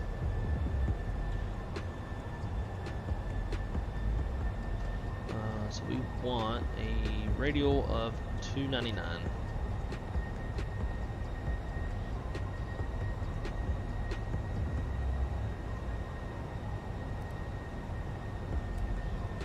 Go to plan, zoom in, tap through.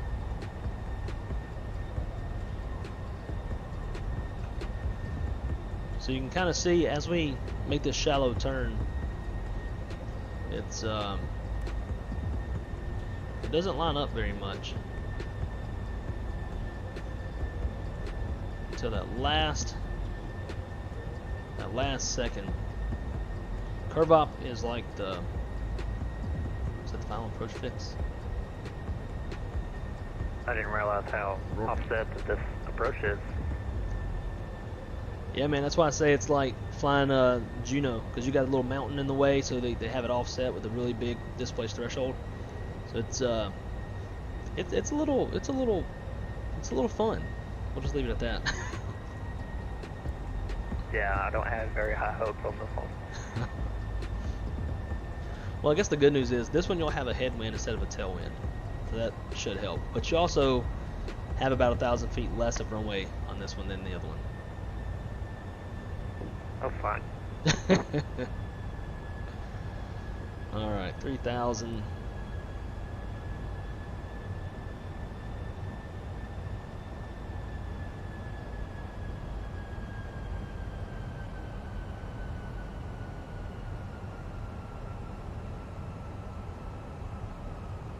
And when I get to TAYOG, I'm going to dial it down to about 210, just FYI.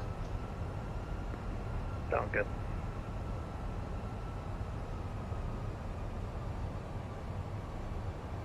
Oh, father-in-law, okay. Gotcha. I think future in-laws. Oh, shit. They're kind of hurting for dispatchers. Apparently, they're getting 2 new aircraft every week with a total of 430 aircraft. Damn.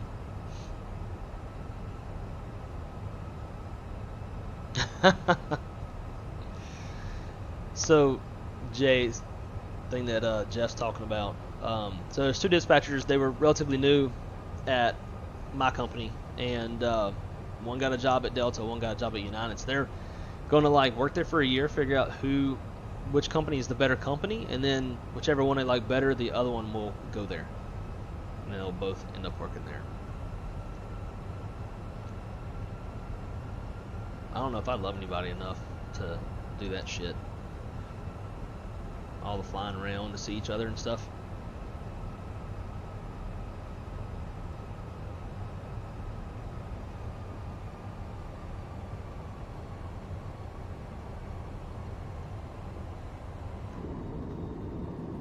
Oh, look at that. First, let's do this. Let's go some settings. Cabin lights.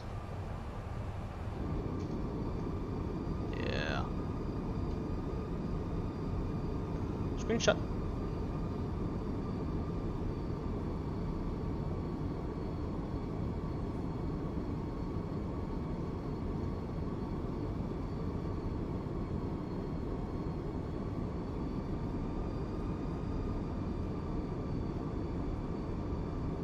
Man, that's pretty.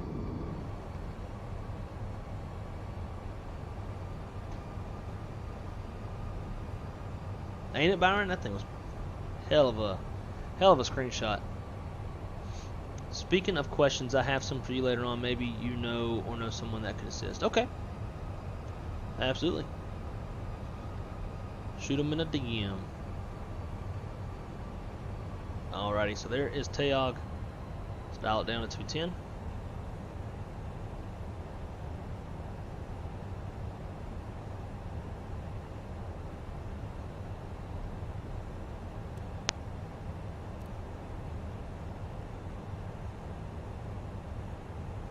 Alt star.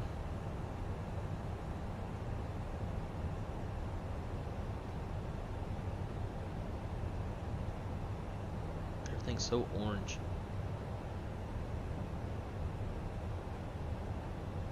Jeff, we are going into Ponce, as my Hispanic buddy corrected me on.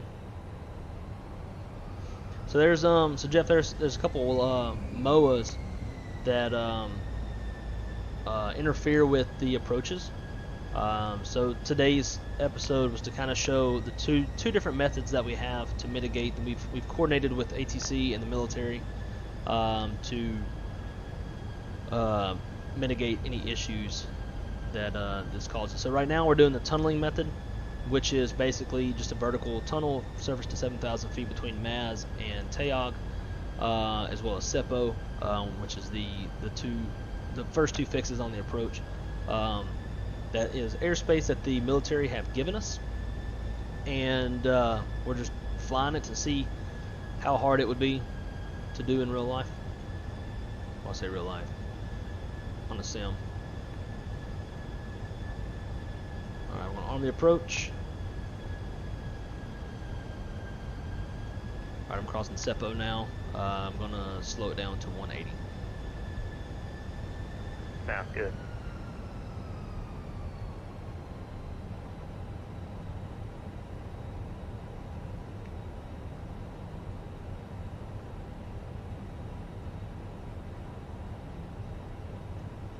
Alright, so we should capture the vertical glide path around here. Why would you do that to yourself? Because it's fun, man. This approach it's pretty gnarly.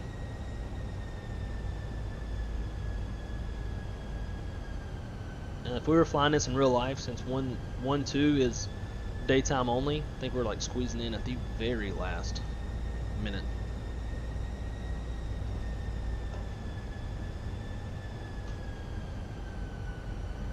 Alright, where is my approach chart?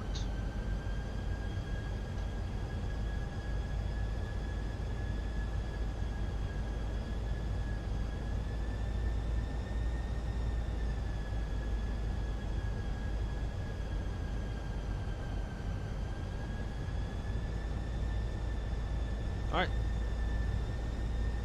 Vertical navigation's coming down. Final lap. Dial down to 170. We got VNE plus 10, we can go flaps 2.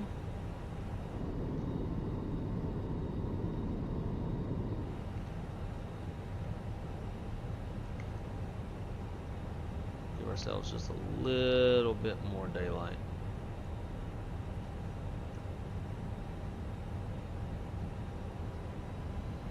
This approach altitude is 3,000. 2,000. Oh yes, kicked around by them winds.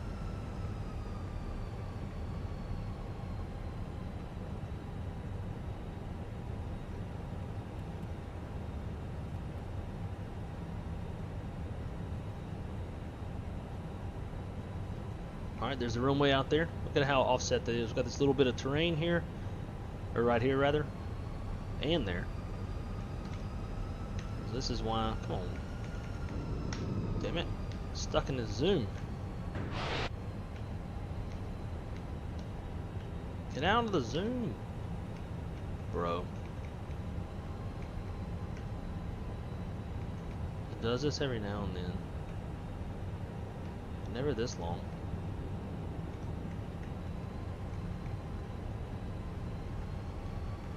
Oh my god, son of a bitch.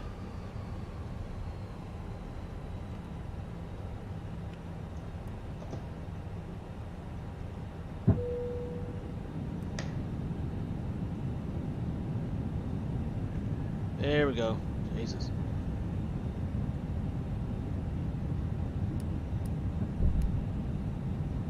Alrighty.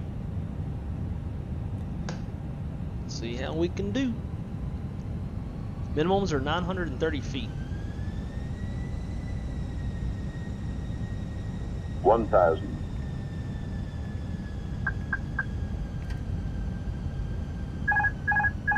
My airplane. 100 above. Minimum. Continue. So this is why it's daytime only, because of this offset and this little mountain sitting right here.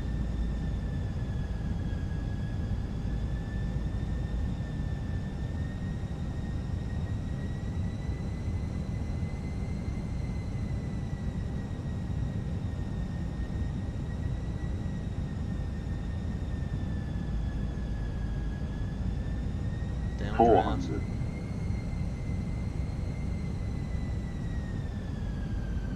300.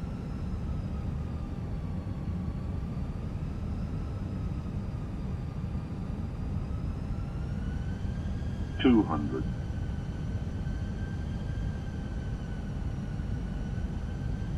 100.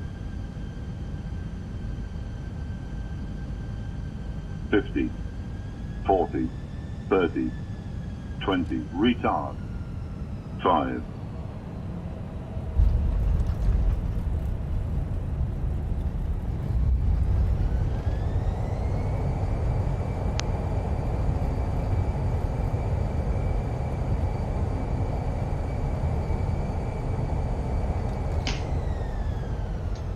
Well, there we go.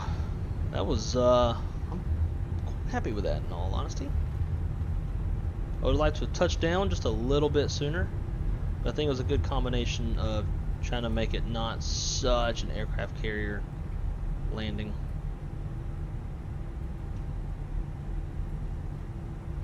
Alright, Ombre, we are clear. Let's see what you can do. It's a little gusty. Oh, I can already tell.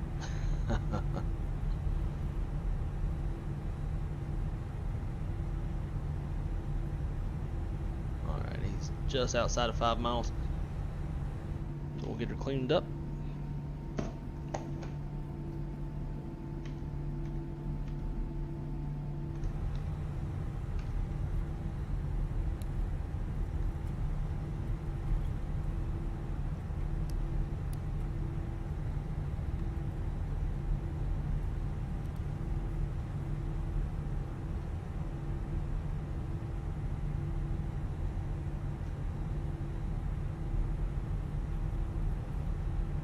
I feel like we've been here before. I know, it looks awfully familiar. Especially on this side of the runway, of which I saw. Alright,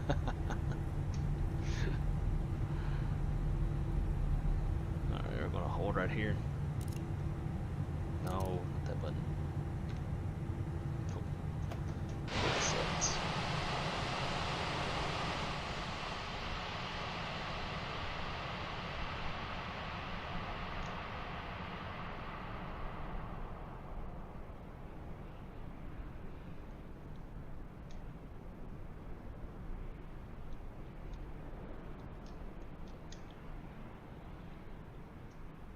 Trying to find that nice speed. Should work.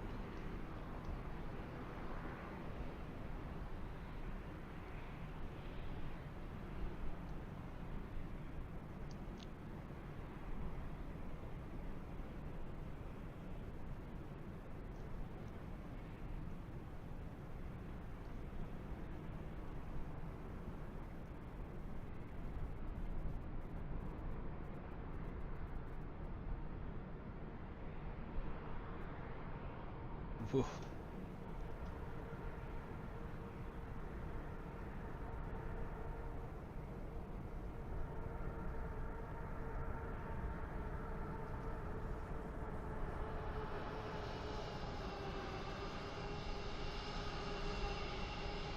Nice. Right on the money.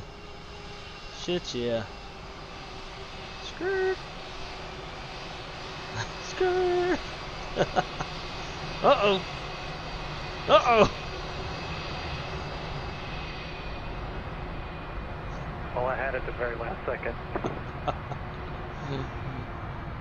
Man, the touchdown zone was perfect. It was just a little bit of Tokyo drift there at the end. It was more than a little bit. Oh, that's awesome.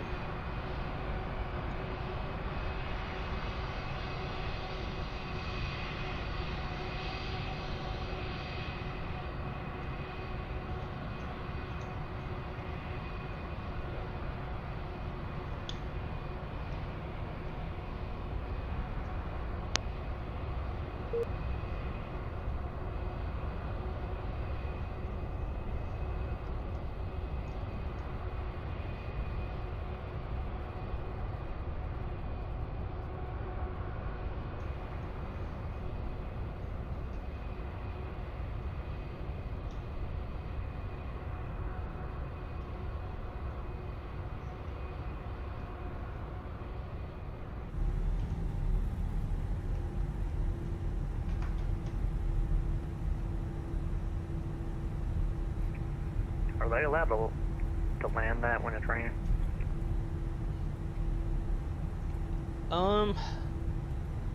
It depends on the performance. I believe it's considered slippery when wet. So if they have the performance to do it, then yes. But if the stopping distance is too far, then they wouldn't be able to. They'd have to use 3-0 if the tailwind allows. Gotcha. I was just curious because that would seem very sketchy. Yeah, and it rains a lot down here too. I don't doubt it. Bam. All right, APU's not on, so we can get it on through here. Cool. Let's go GPU.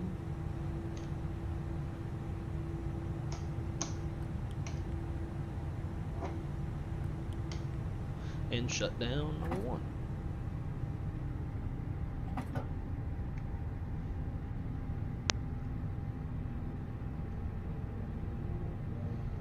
Well, guys, I hope y'all enjoyed that. That was a lot of fun. That approach is, man, I could do that every day on the sim. It's just it's challenging. It's fun. I love those shallow approaches like that.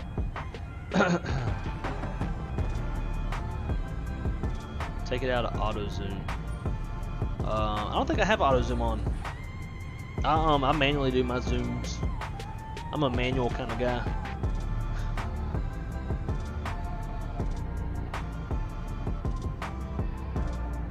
Butter. Actually, let's see what that was. It did feel like butter. Really? Didn't seem like it. Negative 115. So in fact, our landing coming from the other way, it looked a lot harder, but it was lighter. It was negative 108, whereas this one was negative 115.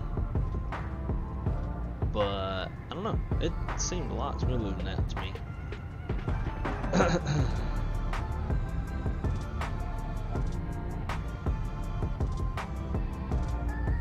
Tricky, nice. Thanks, Robert. Appreciate it, dude. Just like downtown. So when y'all say all you saw was the touchdown, what do you mean?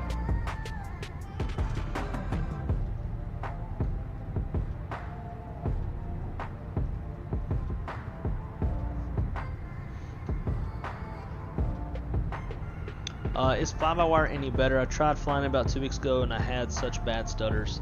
I don't know. I mean, with the Fenix, like I probably won't ever really mess with the fly-by-wire. I streamed the fly-by-wire so many damn times when I first became a streamer that now, like when I hear the fly-by-wire engines, it just reminds me of like times of no LNAV or no good LNAV, no VNAV at all. It just like brings this audible just cringe to my soul. So I don't really ever fly it. I should. As always, fun time flying. Enjoyed it, and we'll have to do some more challenge landing somewhere else. So I'm sure that you know a lot of them. Heck yeah, man. We'll have to do Juneau, Burbank. We'll figure out some. Try to figure out some that aren't just the standard. You know, everybody does Burbank and Juneau. I think most people probably don't know much about this Ponce one. But yeah, dude, as always, a lot of fun. Thank you so much for coming and flying with me, dude. I really, really enjoyed it, and I knew you'd be able to do it. It's and when we first were chatting about it, like, oh, I don't know, maybe. I was like, nah, you got this, dude. See, you did it. I mean, you drifted a little bit, made for a good content, but you did it. I will take a landing any day, considering that I've never flown down here ever. So, knowing how hard that landing was, I'll take it. Damn right, dude. Have a good night. You too.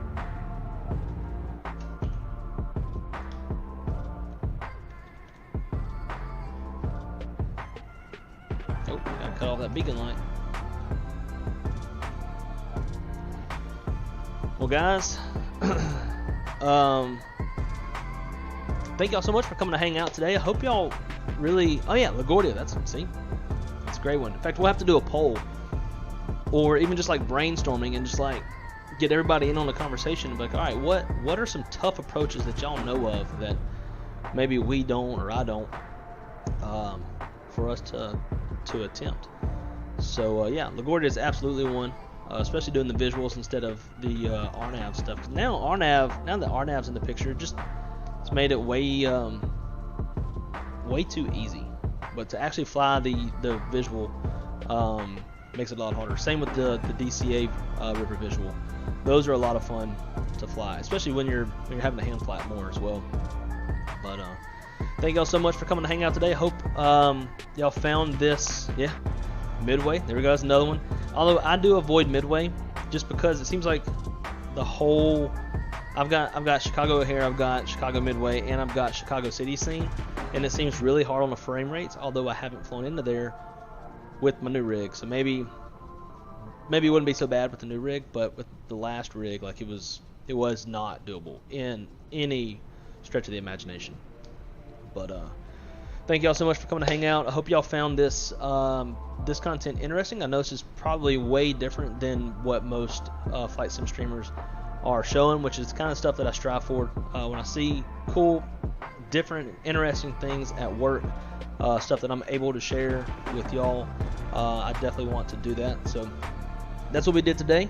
We saw the route out option, and then we saw the tunnel option. And these are both procedures, if you will, that all airlines that operate into Ponce or Ponce, that they will be conducting to avoid the MOAs. And now y'all got some of that kind of behind the scenes look at how a lot of this stuff comes together. ATC negotiates with the military. The military offers what they can to help alleviate any issues and help with help the airlines out. And then ATC, once they kind of get things squared away with the military, then they pitch us what solutions that they have, any proposed route streams or the vertical tunnel as we just flew, that kind of stuff. And apparently today My company, we went down there. Or at least the people I've had conversations with, we were anticipating on flying the route around option. And according to Robert in the chat, who was one of my fellow DMs, they actually flew the tunnel method. So kind of curious to see how they're gonna keep conducting the flights going down there. How maybe they just did it today because there was a chief pilot in the jump seat, and just kind of observe how everything's going on down there with this new little the new procedures, I guess you could call it. And it's only going to last for like 7 days, and then it's done. But I would imagine he probably wanted to see what the tunnel method was like, and if that was going to be sustainable for other line pilots to fly for the rest of the week while this military stuff's going on. But anyways, guys, hope y'all have a great night. I go back to work tomorrow, so not sure when the next stream is going to be. For sure streaming Monday, for sure streaming on Tuesday. Probably Friday. We'll see. I got a lot of stuff going on. I've got work going on. Also working with a buddy of mine who is trying to get his dispatch license, so he has no aviation background whatsoever. So we spend a lot of time. He comes over to the house, and we work on a bunch of stuff for that. So that is eating into my time a bit. But nonetheless, guys, thank y'all so much. Greatly appreciate y'all. Hope y'all have a great week, and until the next time I see y'all, be good at it. Keep it on the wrong side. Y'all take care. Peace.